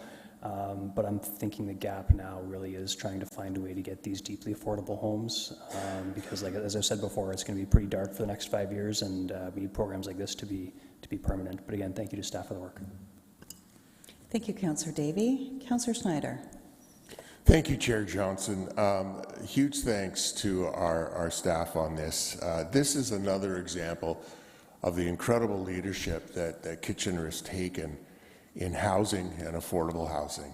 We look back to what we've done lately with Growing Together, with inclusionary zoning, enabling 4 units, being able to add up to 2 additional units, building Kitchener Together. These are all incredible things that our staff are doing. And I'm really fortunate and really proud to sit on this council with other great councillors who we're in sync. We work together. We're getting things done, and it's really awesome to see. It's great when the Premier comes to town and tells us that we're knocking it out of the park. So it's just really amazing to be a part of this. I think, you know, years down the road, we'll be able to look back and say, wow, what we did right now has made a huge difference. 5, 10, 15, 20 years from now. I think this has the possibility of putting inclusionary zoning on steroids. So I'm really hoping for great outcomes from this. So congratulations to council and staff for working together on this. Thank you, Councillor Snyder. Councillor Chapman. Yeah, thank you. And yes, I'd also like to thank staff for bringing this forward. I really do hope that we focus on the deeply affordable units and say will, not just may. By saying will, we're not saying that we won't have other units as well, but I think we really do need to ensure that that's where our primary focus is. I also, you know, transparency was mentioned, and that's, you know, I really hope that you know, we go through RFP processes and not just application processes, so that everybody, you know, every application is taken at face value and considered, and that we, you know, find ways to ensure that organizations like the church that came forward today do qualify for this, given the, you know, the value that their proposal could bring to this community. So, yes, thank you for bringing this forward, and I look forward to seeing the outcomes on all of this. Thank you. Thank you, Councillor Chapman. And I'm going to add my own comments here. And I am so excited to see this come forward. Thank you so much to staff for all of your work on this project. You know, I lived in a housing co-op in the early 1990s, and I also worked in co-op housing in the early 1990s, and then that all went away. And it was really sad to see that funding taken from that type of housing where people belong to a community, they're members, they volunteer there, and they really talk about intentional community, which is something that one of the delegates mentioned before. And that's what this is about building. Obviously, it's not only about co-op housing, it's about that deeply affordable housing, which is something that truly we're missing. And I can't say how exciting this is. I thank Ms. Intini for your presentation and how you talked about what this really, really means. And I really, really want to thank you for coming in and giving your perspective on this. And it's so important. And thank you for speaking up and speaking out. And we'll now move to our vote on this. And first we'll deal with the amendment. And we've asked Councillor...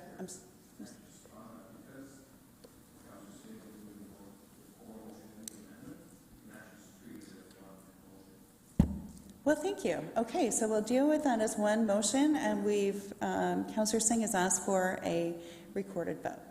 Thank you.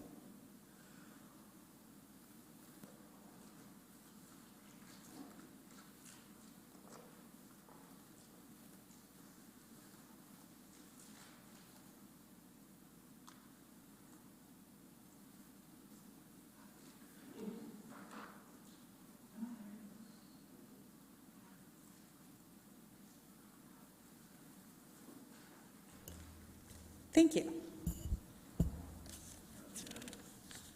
I'm sorry? It was, yes, it was unanimous, other than the two who could not vote. Thank you. Okay, we'll now move on to item 5.2, Rockaway Centre redevelopment update, and Ms. Folds will be giving a presentation.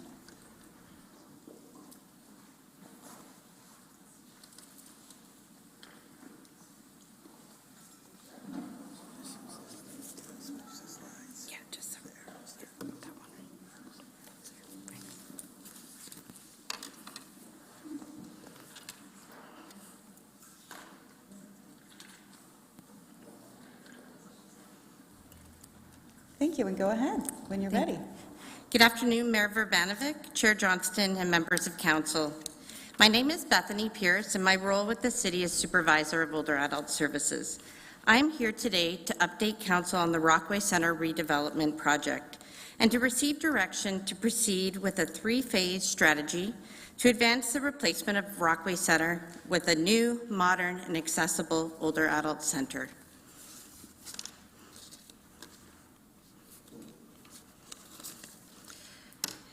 Rockway Centre is Kitchener's only dedicated older adult centre. There is no question, and if you've talked to any of the members of Rockway, it is a valued community space. However, there are many challenges with the design and the building and the site that are related to the age of the facility as well as the poor design. Rockway Centre needs to be replaced because the design is outdated and challenging to program for an older adult population. The building requires many repairs to keep it operational, and it does not provide adequate accessibility. Rockway Centre also lacks many amenities that can be found in other modern community centres across the city. There is a need to build an older adult centre that truly meets the needs of Kitchener's aging population. The new facility will have a warm and welcoming lobby, a gymnasium, a large multi-purpose room with safe and appropriate flooring, washrooms that are fully accessible, and places for residents to gather and participate in their favorite activities like cards and games. We know that building a new older adult centre to replace Rockway is a lengthy and detailed process. The direction received today is one step in that process. Staff will have a lot more work to do in the coming months, and Council will be engaged throughout the process. A significant amount of time has passed since Council provided the original direction on the redevelopment of Rockway Centre, so I thought I'd take a minute and remind you of the previous Council direction on this issue.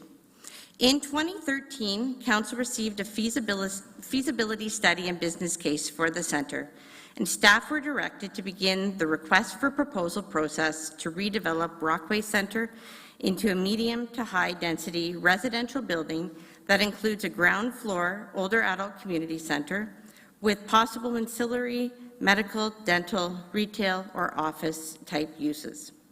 In 2015, City Council allocated funds for the project into the 10-year capital forecast in 2024-2025 to fund the city's portion of the redevelopment partnership.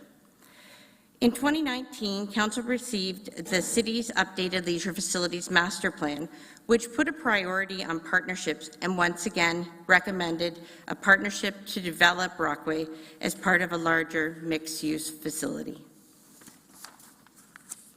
In 2023, staff engaged key user groups including the Rockway Advisory Council, Grand River Accessibility Advisory Committee, the Mayor's Advisory Council for Kitchener Seniors, and others to begin preliminary conversations about the future of Rockway Centre. The goal of these discussions was to gather their input and to begin to build trust and understanding as the city starts the process to redevelop the Rockway Centre. In early 2024, staff circled back with many of these groups and confirmed that the strategy presented today is generally supported. Staff believe we're in a much better position than previous attempts to redevelop Rockway Centre. The most significant change from the previous engagement on this facility that took place many years ago is that the user groups are more open to building a new, older adult centre at a different location than they were in the past. At the same time, user groups strongly emphasize the need to make a new centre more accessible, which may be possible at a new location that allows for better proximity to transit and better design opportunities. Staff are recommending a three-phased approach to begin the Rockway Centre redevelopment process. Phase 1, the request for information, and Phase 2, the community engagement, will inform Phase 3, the request for proposal. Staff will provide regular updates to Council on the information gathered in Phases 1 and 2. Council will have the opportunity to provide input on the requirements of the RFP prior to beginning the competitive bidding process. Staff will update City Council and the public at many occasions throughout all stages of the process. However, the chart before you shows the key milestones for completion, with hopes that Council will make a decision on the final partnership development before summer 2025. In closing, staff are committed to building a more modern and accessible older adult centre that will meet the needs of Kitchener's aging population. As land and construction costs continue to rise, partnerships are becoming increasingly important for municipalities, and this is one way we can deliver more affordable and innovative recreation services and facilities. Although the city has not constructed a mixed-use recreation facility with a private partner before, staff believe that this is an innovative process and offers a creative solution to meet the community's needs. Thank you for your time. Staff are present to answer your questions. Thank you for your presentation, and we do have some questions of staff. Councillor Owodani. Thank you very much, Madam Chair. Thanks for your presentation. Oh, could you? Oh, sorry, yeah. Oh, okay. I was like, why is she walking away? Come back, come back. Thanks for your presentation. I really do appreciate it. Just wanted to find out, in terms of the adults using the center right now, what is the plan while, you know, when the process is going through? Where can they go during that time period? Through the chair, during construction, the city will do its best to minimize disruptions. We will work closely with the participants to keep as many essential programs and services going as we can. If construction takes place on the existing site, staff will take a thoughtful and planned approach to relocate as many programs as we can to the various city facilities. If the community center is built at an alternative site, one of the significant benefits of that is that it will have minimal impact on the programming. Whatever direction we take, when it is time for the move, staff will ensure the transition to the new location is as seamless as possible. Thanks. And I do hope as well, part of that process, if we can just figure out, do people drive to the center, do they walk to the center? So depending on where the shifts are made, at least we have an alternative plan for it as well. Thank you. Thank you, Councillor. Councillor Chapman. Yeah, thank you, Bethany, for your report. When will the actual location be decided? Is that like in the last stage, or based on the RFP? But doesn't an RFP have to say, give more detail? Like, wouldn't we have to know a location before the RFP goes out? Through the chair, the first thing through the RFI, we're going to determine whether there's any interest in the first place, and then if we will determine whether the interest is on the existing location, if it's on an alternate location. So we still have to figure out all those things before we can determine where it's going to be or how it's going to look, and then we can determine based on that we can determine the RFP and where it could possibly go. And the RFI goes out to potential developers for the site, or? That's correct. Through the chair, the RFI is, one tool in the toolbox, but it basically gives the city the ability to understand who the developers or partners are, and if there is any interest in what that is. And so that's a publicly issued document. We're going to obtain feedback through that over the course of May, June, and then that will help us understand what of the many options that we could deliver on here for the RFP are the most of interest to those partners, and then we can work on drafting what that ultimate end goal could look like.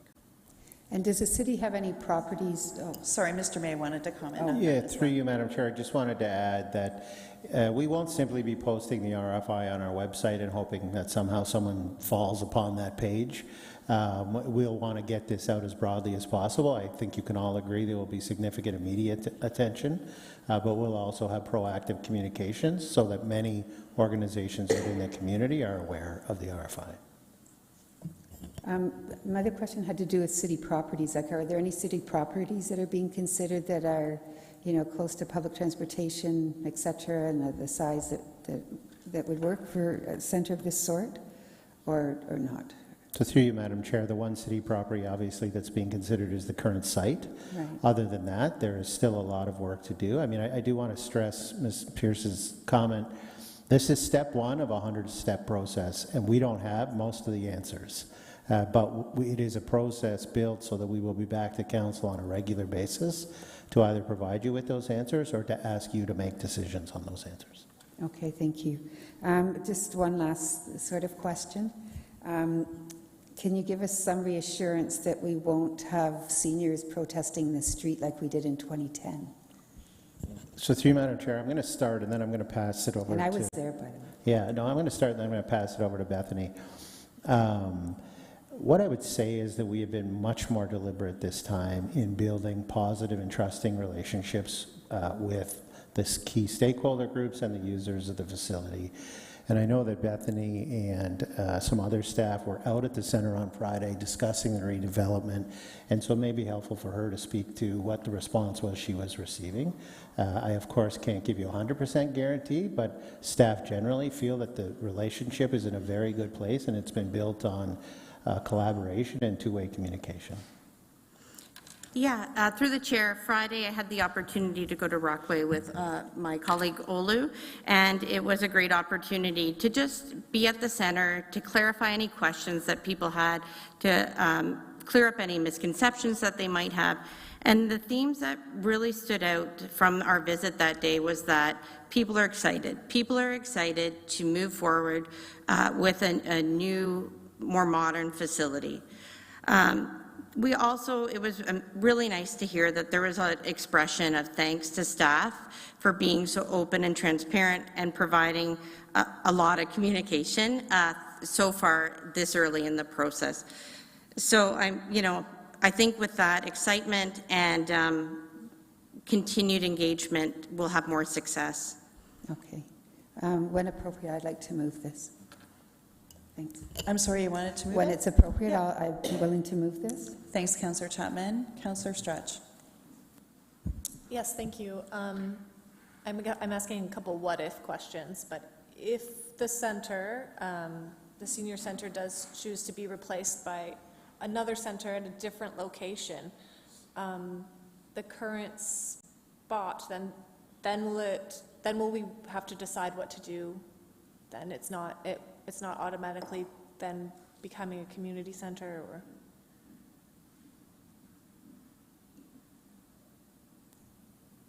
Through you, Madam Chair, yes, exactly. If that was the decision of this council, was to rebuild the center in a different location, you would then have to decide what to do with the current property.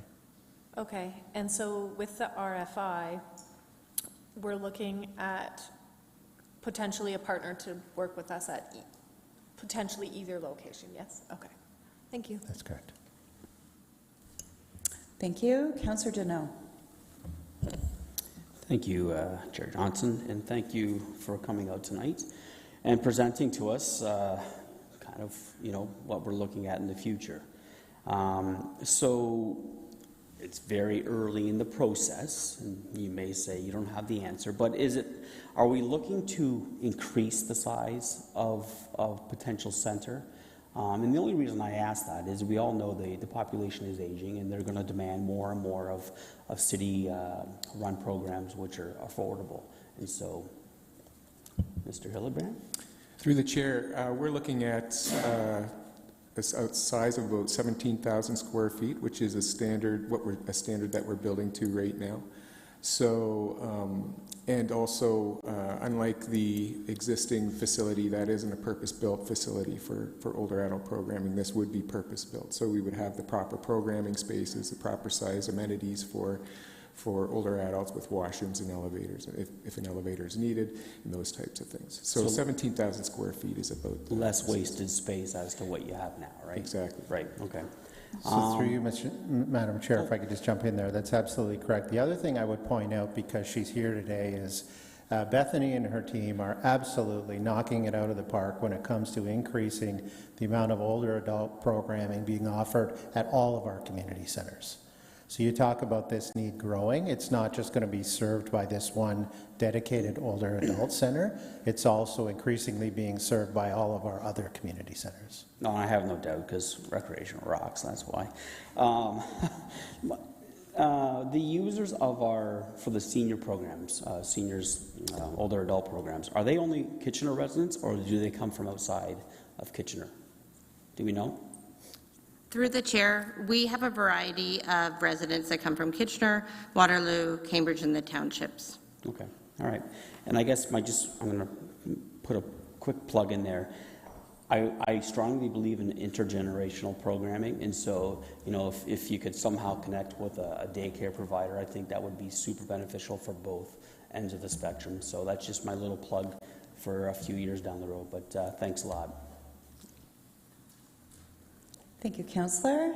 Councillor Ioannidis. Thank you, Chair Johnston. Don't worry, Jason, we'll find you a spot. Anyways, I guess my question is with regards to the timeline, and I know it's basically second quarter of 2025, so basically a year's time from now. Is there any way to tighten that up even more, or am I just being an eager beaver?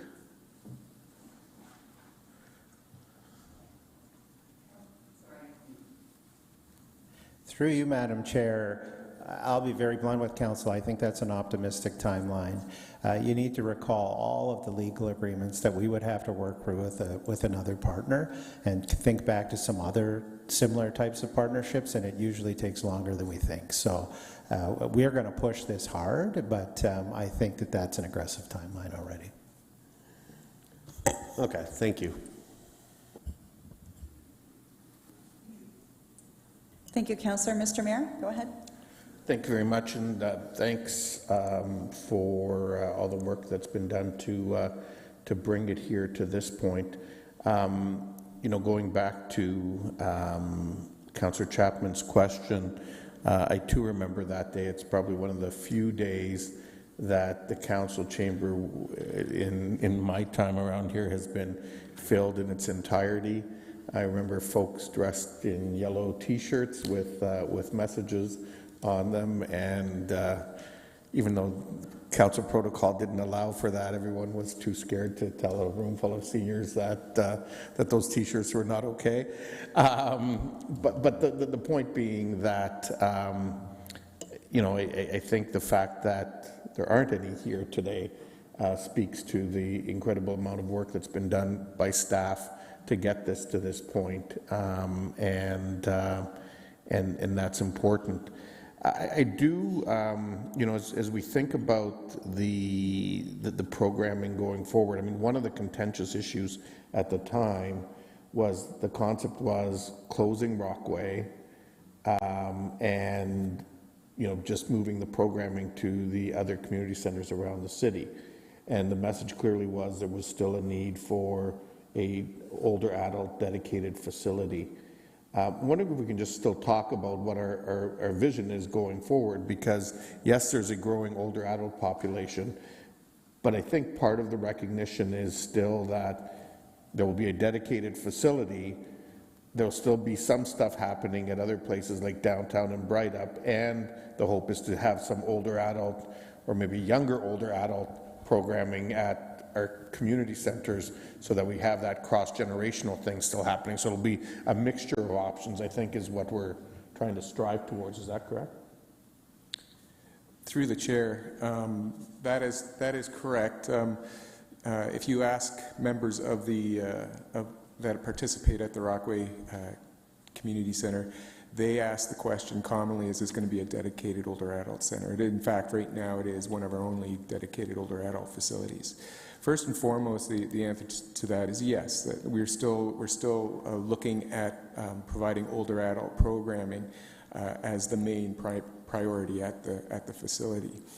However, we're still saying that we're going to be operating similar to what we're operating right now, and if there's additional space, if there's space available. So largely older adult programming is during the day and into the early evening, and there's also spaces available weekends and at other times. We still want to give access to the community and other programming in those instances for other generations to participate. So the idea is to continue along as this being a dedicated older adult center, but still having spaces for. So I mean, I guess that was partially the question I was asking, But the bigger question I was asking was, is there still an intent to have some older adult stuff also happening at our other community centers around the city? Like I think of Stanley Park, that, for example, runs their card program, right? And that's largely older adults. And so, like, the intent is to still grow that piece and have this dedicated facility, correct?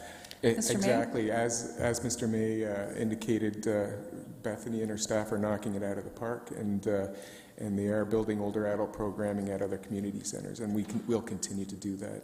Okay, great. And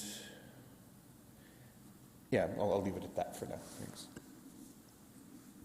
Thank you, Mr. Mayor. Councillor Singh. Yeah, I had a similar, I wouldn't say concern, but a comment in the same regard of not necessarily arguing the necessity of a dedicated seniors community center, but assurance and a commitment overall that we are going to have the appropriate level of seniors programming in our other community centers, because again, overall aging population, there seems to be not necessarily everyone's intent and wanting to come to this specific one spot as opposed to seeking services closer to where they live. Yeah, so let me explain kind of the vision for the overall senior programming across the city. There are some seniors who want to spend time with other seniors, and I wasn't at the city at the time, I was at Manulife, but you heard loud and clear from those seniors the last time we tried to change the center. And so what we're going to do is create a dedicated older adult center built on their needs. We also have the Downtown Community Center, which currently offers what I would say is an elevated level of seniors programming. We also have Bright Up, which offers an elevated level. Council will see, hopefully in the next 2 weeks, data which will show you that the amount of older adult programming being offered in community centers across neighborhoods in each of your wards is substantially going up already. I think about the Forest Heights expansion. I think there's an opportunity there to even do more. So yes, the plan is to have a dedicated center, but also embed this programming into neighborhoods. I think as part of the overall discussion and the report, hearing this, I think, and communicating this along with it is really important. It's not talking about just one center, but overall meeting the needs of older adults and recreation across the city. Thank you, Councillor Singh. Councillor Michaud. Thank you. I just have a question with the 30,000 visits to programs and services in 2023. Can you compare that to other centers, like other community centers, or is that kind of a difficult question to answer? I would like to get a sense of how busy it is there based on this area as opposed to, Pioneer Park or another community center. Are you asking specifically older adult programming or all programming? Well, I guess right now all programming, because this is the only older adult programming center right now. Yeah, and the other question I have, is it direct programming, or are you talking about inclusion of neighborhood association programming as well? Let's just go with direct programming. So if we're going strictly with direct programming, then you'll see significantly more direct programming at Rockway Center than you would at a community center like Dune Pioneer Park, which has mostly neighborhood association programming. Forest Heights, which has changed over to direct programming, I would say that it's probably, I don't have the exact numbers, but it's probably around the same, or maybe a little more at Forest Heights, just because it goes later into the evening with more programming. So this Rockway Center then is more of a destination place for seniors to go. It's not like a community center where we have like Pioneer Park or Forest Heights where the neighborhood goes there. This is a destination where seniors are coming from everywhere, every area. Or is that? That is correct. The Rockway Community Center is a community center where people are driving in from different parts of the community. The other thing that's different about it is that it's one of our only community centers that has only direct programming. There's not a lot of neighborhood association programming that happens out of that community center. The neighborhood association that works out of that, or it operates or is attached to that community center, is more of a events-based, neighborhood-based type of neighborhood association. And one last question. So this might be a tough one to answer. How long have the seniors that go to this center, like what's the year span that they've been there? Like how tight of a connection do they have to each other is what I'm asking, based on years of attending, and that's probably impossible to answer. I can answer the second, through the chair, I can answer the second part of the question based on comments of the shirts that people have been talking about. They have a very tight commitment to this community center. Community center. Yeah. Okay. All right. Thank you. Thank you, Councillor. Councillor Davey. Yes, thank you. I'm going to piggyback on Councillor Anatis's question, because I am a bit concerned about the timelines, and I do appreciate the context of the sanitary sewer situation there. And again, fears that if there's any catastrophic failure of that in the near term. So I guess my question is, Mr. Mayor, you already indicated you think the timeline is aggressive. Is it the typical process to have the RFI first, followed by the community engagement, and then the RFP? And is there, I guess I'm asking, like, what are the real risks and perhaps minimizing the first phase of the RFI process, just getting community engagement, going right to RFP and see what kind of deals come in?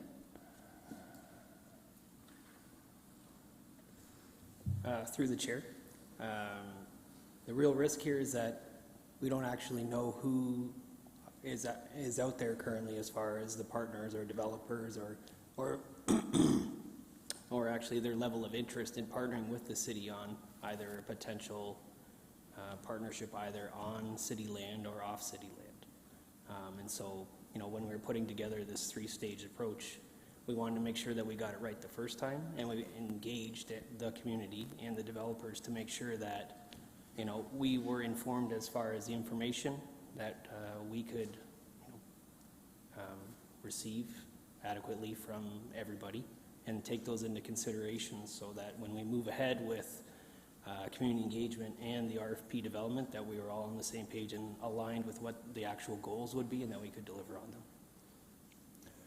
Okay, is it possible that the RFI, and again, I don't have a lot of experience with this specific process, but when the RFI is doing things like location preferences and funding arrangements, that sort of thing, is it possible that in and of itself might limit the people that ultimately bid for the RFP? Because if people that would otherwise bid say, okay, well, I guess the city only wants it here, and that's not in our interest, we won't bother putting out an offer. Well, through the chair, it is an open, non-binding solicitation document, and what we're, just because if some came forward and responded to it now, it doesn't exclude them from responding to an RFP later. We're just trying to gauge the level of interest here so that we can make sure that the RFP is adopted and drafted correctly, that we're actually going to have excellent responses to it and we can move ahead with something. Okay, thank you.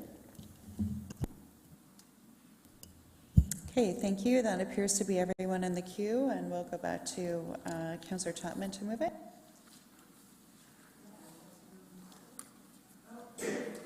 Sorry, 1 second. Councillor Ioannidis. Oh, a comment? Okay, we'll go to comments then first. Councillor Ioannidis. Thank you, Chair Johnson, and thank you to staff and all the work that's been done on this. I feel like it's been quite a long time.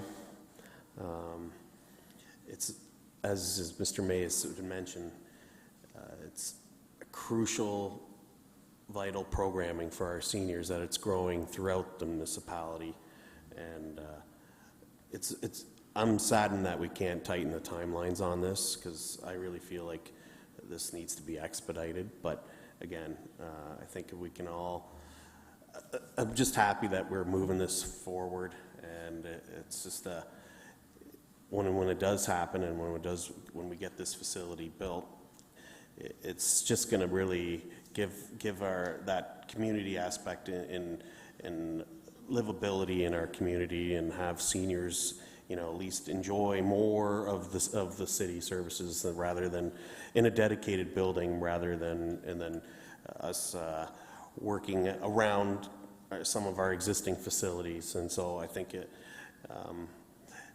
it'll be beneficial for all of them and for our staff as well. So I think it's just, I'm excited. I want this to happen sooner rather than later. So it's just thank you. Thank you, Councillor. Councillor Chapman, go ahead.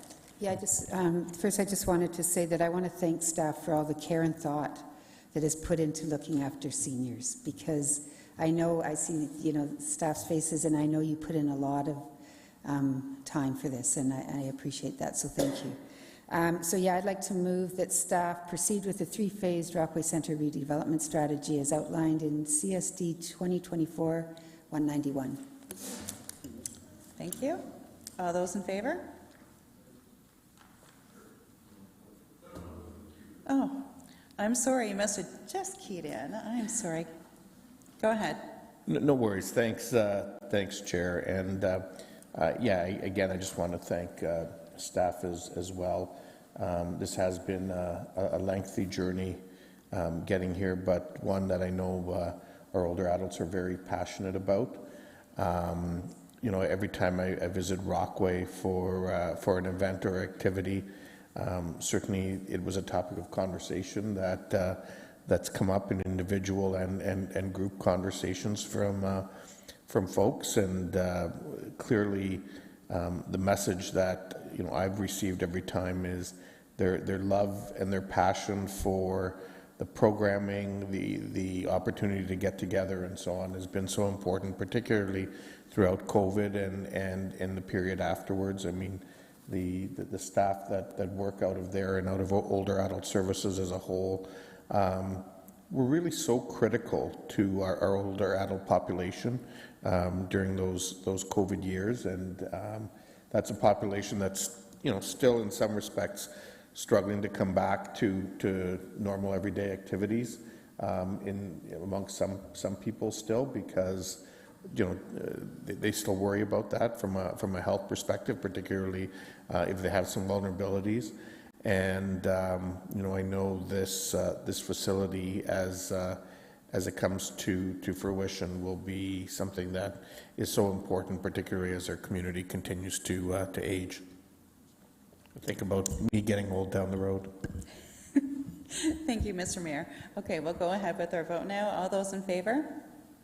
Opposed? And that is carried unanimously. Okay. And now we're going to move on to item 5.2, Rosenberg Area Community Center construction update. And Mr. Hildebrand, I believe you have a presentation for us.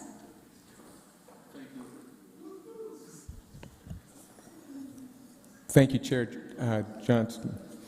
I don't have a presentation, but I can summarize for you the report.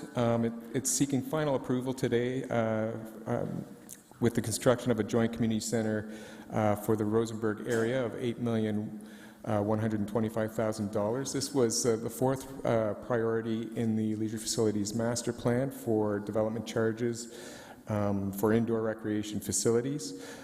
This building, this community center is being built in partnership with the Catholic District School Board, which, although it came in more expensive than expected, we're still saving millions of dollars in construction costs if we pursue this, because we're pursuing this partnership. Also, transitioning from the current 3,000 square foot lease space at Williamsburg is a substantial service improvement in programs and services in this fast-growing neighborhood. Also, I received a letter from the Williamsburg Community Center in support of the recommendations that staff are bringing forward today. Thank you, Mr. Hildebrand. And yes, we just bring council's attention to that they should have a written submission from Frank Prospero from the Williamsburg Community Association as well. And we'll go to Councillor Owodunni. Thank you very much, Madam Chair. Just a few questions for you. Can we, because I know some emails had come in around this, can we confirm the name of the community center? Sure. Through the chair, the Williamsburg Community Association was very interested in having the name of the community center be the Williamsburg Community Center. And staff have no problem with that request, that recommendation. And in fact, it coincides with a number of services that are provided in the neighborhood where the community center is going to be located. And it also, the Williamsburg Community Association, as Councillor Owodumi probably can attest to, has been very active and have developed a very strong brand in the neighborhood and in the community and with other neighborhood associations. So it only makes sense to have that connection piece, both to the geographic neighborhood and with the neighborhood association. It makes complete sense. Thanks for clarifying that. And in terms of funding, how are we going about funding this program?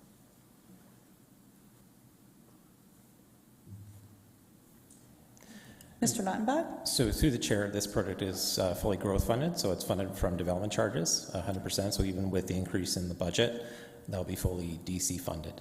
So it'll have no impact in terms of the construction, in terms of taxes. Okay, thank you. And do you mind just providing a bit more clarity around what DC funding is around, just for those that don't understand where that is?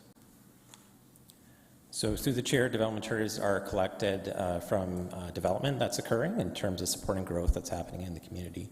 And so these projects, including the Rosenberg Community Center, was identified through our development charge background study as capital projects that would be planned to use development charges to move forward with. Thank you very much. And in terms of cost savings, which you mentioned earlier, Mark, can you just walk us through how are we going about this cost savings measure? Sure. If you refer to the Altus Group Canadian Cost Guide, they provide cost per square foot for construction. And what is charged to the school board, which is in the reports at $426.33 a square foot, is quite a bit less than what is traditionally or what's outlined in the cost guide for, and it could amount to a savings of over $3.18 million. If we were to build a standalone facility, the construction cost would be that much more to the city. So we're set to experience quite a significant cost savings in partnership with the school board. Thank you. And my final question, I don't know if you mentioned this in your initial preamble towards this. We know the initial, the one that we're currently in, the community center, is only 3,000 square feet, but how much larger will this be once completed? Through the chair, this is the building is set to be just a little over 17,000 square feet. So it's a 17,000 square foot facility, including some 4 program spaces, as well as a double gymnasium. And also we're set to leverage an additional double gymnasium that the school board's building themselves when the school's not using the facility. So, so in the evening and on weekend hours and into the summer. I wanted to highlight that because of the many emails we've received about the community center being small. When the appropriate time comes, I'd like to move this, but I'll chime in later on for comments. Thank you. Thank you. Councillor Ioannidis. Thank you, Chair Johnson. Will this center be have older adult programming? Through the chair, if the neighborhood association does not provide older adult programming themselves, and considering the way that we're working with our neighborhood associations now because of the changes that we made to the affiliation policy earlier this year, we would certainly make sure that we would be providing older adult services in the facility. Okay, great. I knew that was the answer, but I just wanted to hear it. I guess my question here that I was looking through the report, and I'm not sure whether I missed the timeline of this facility being built. Is it still some time away, or are we dependent on the province and when the funding can be going to the school board to get this built? So at this point in time, we don't have a definitive date. The city looks to the school board to provide that and also provide us the time when they're ready to announce it to the community. They're very sensitive to make sure that they keep promises. They don't make any promises that they can't keep. So we're not at that stage yet where we can make an announcement of when it is expected to open up. Okay, thank you for that. I'm in the same position as this can't be built sooner than enough, so we need tighter timelines. So. Thank you, Councillor. Councillor Schneider. Thank you, Chair Johnson. With the agreement we'll have with the Waterloo Region Catholic District School Board, will it be similar to the one that we currently have with Stanley Park Community Centre and St. Anthony Daniel?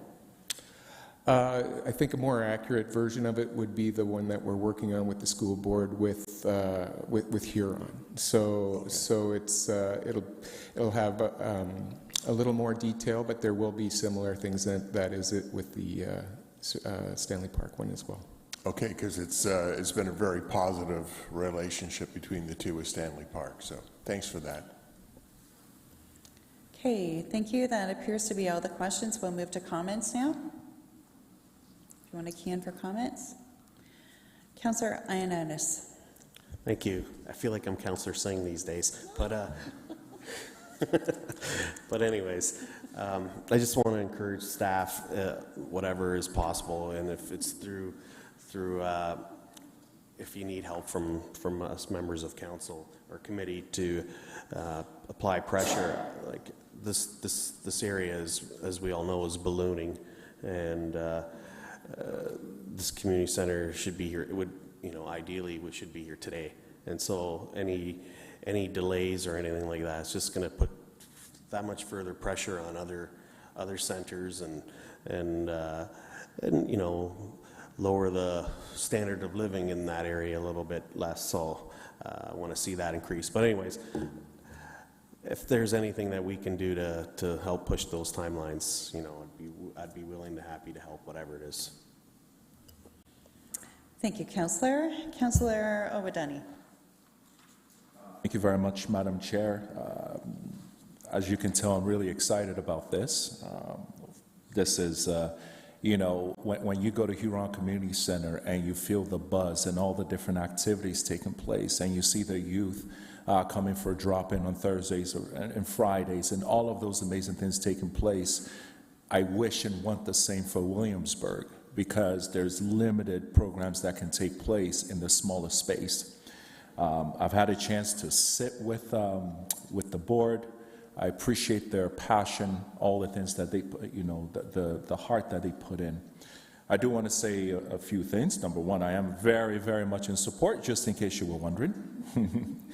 Number two, I do think it's important to also commend my predecessor, Kelly, who was able to help to support and push this initially before where we are today. Mark and the team, thank you very much. The entire Williamsburg board, if you don't mind, I'll just read part of Frank's message. It says, the new facility will be a significant asset to the Williamsburg and Rosenberg area, responding to the growing demand for community space and enhanced programming capabilities. This is a very passionate community. They're very united together, and just providing this additional amenities would be phenomenal. So I really appreciate this. I'm fully in support, and I hope we can all support it as well. Thank you. Thank you, Councillor. Councillor Schneider. Thank you, Chair Johnson. I just want to echo what Councillor Owodunni said. This is just great for this area. It's fast growing. I could tell from Councillor Owodunni's social media post on the Earth Day cleanup that there's a really engaged group there. So it's wonderful to see this moving forward. Thank you, Councillor. Mr. Mayor. Thank you very much, Chair Johnson, and I too am thrilled to be seeing this here. I think it's fair to say that Southwest Kitchener is doing okay in terms of investments. When we think over the last little while around community, well, 2 community centers, a library, and just something called a small little rec complex. I think as a council, we're being very fortunate to build these facilities that are going to serve Obviously, this one is more focused specifically to those living in the neighborhood, while the rec complex is obviously more citywide and beyond. The other point that I will make is just, the kinds of partnerships we've been able to establish both with the public school board and the separate school board. This one happens to be with the separate one. Have really been beneficial, I think, to ratepayers, to our community, to the schools. Yes, it takes a little bit of sensitivity and negotiation at times, we know, just, when you have competing use needs. But overall, I think they have served us well.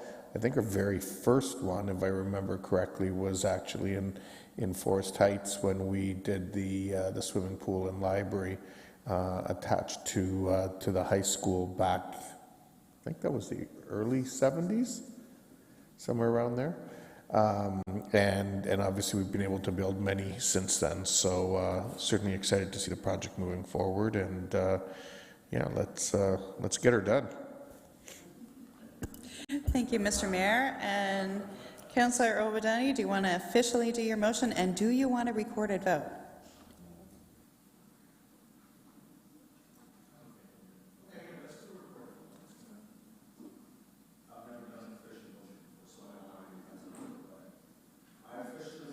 Williamsburg Community Center is approved by committee. I don't know if that's the right thing to say, but yeah. Well, the motion that's in here is what we're doing. Is it report? Yeah, whatever. They know what I'm saying.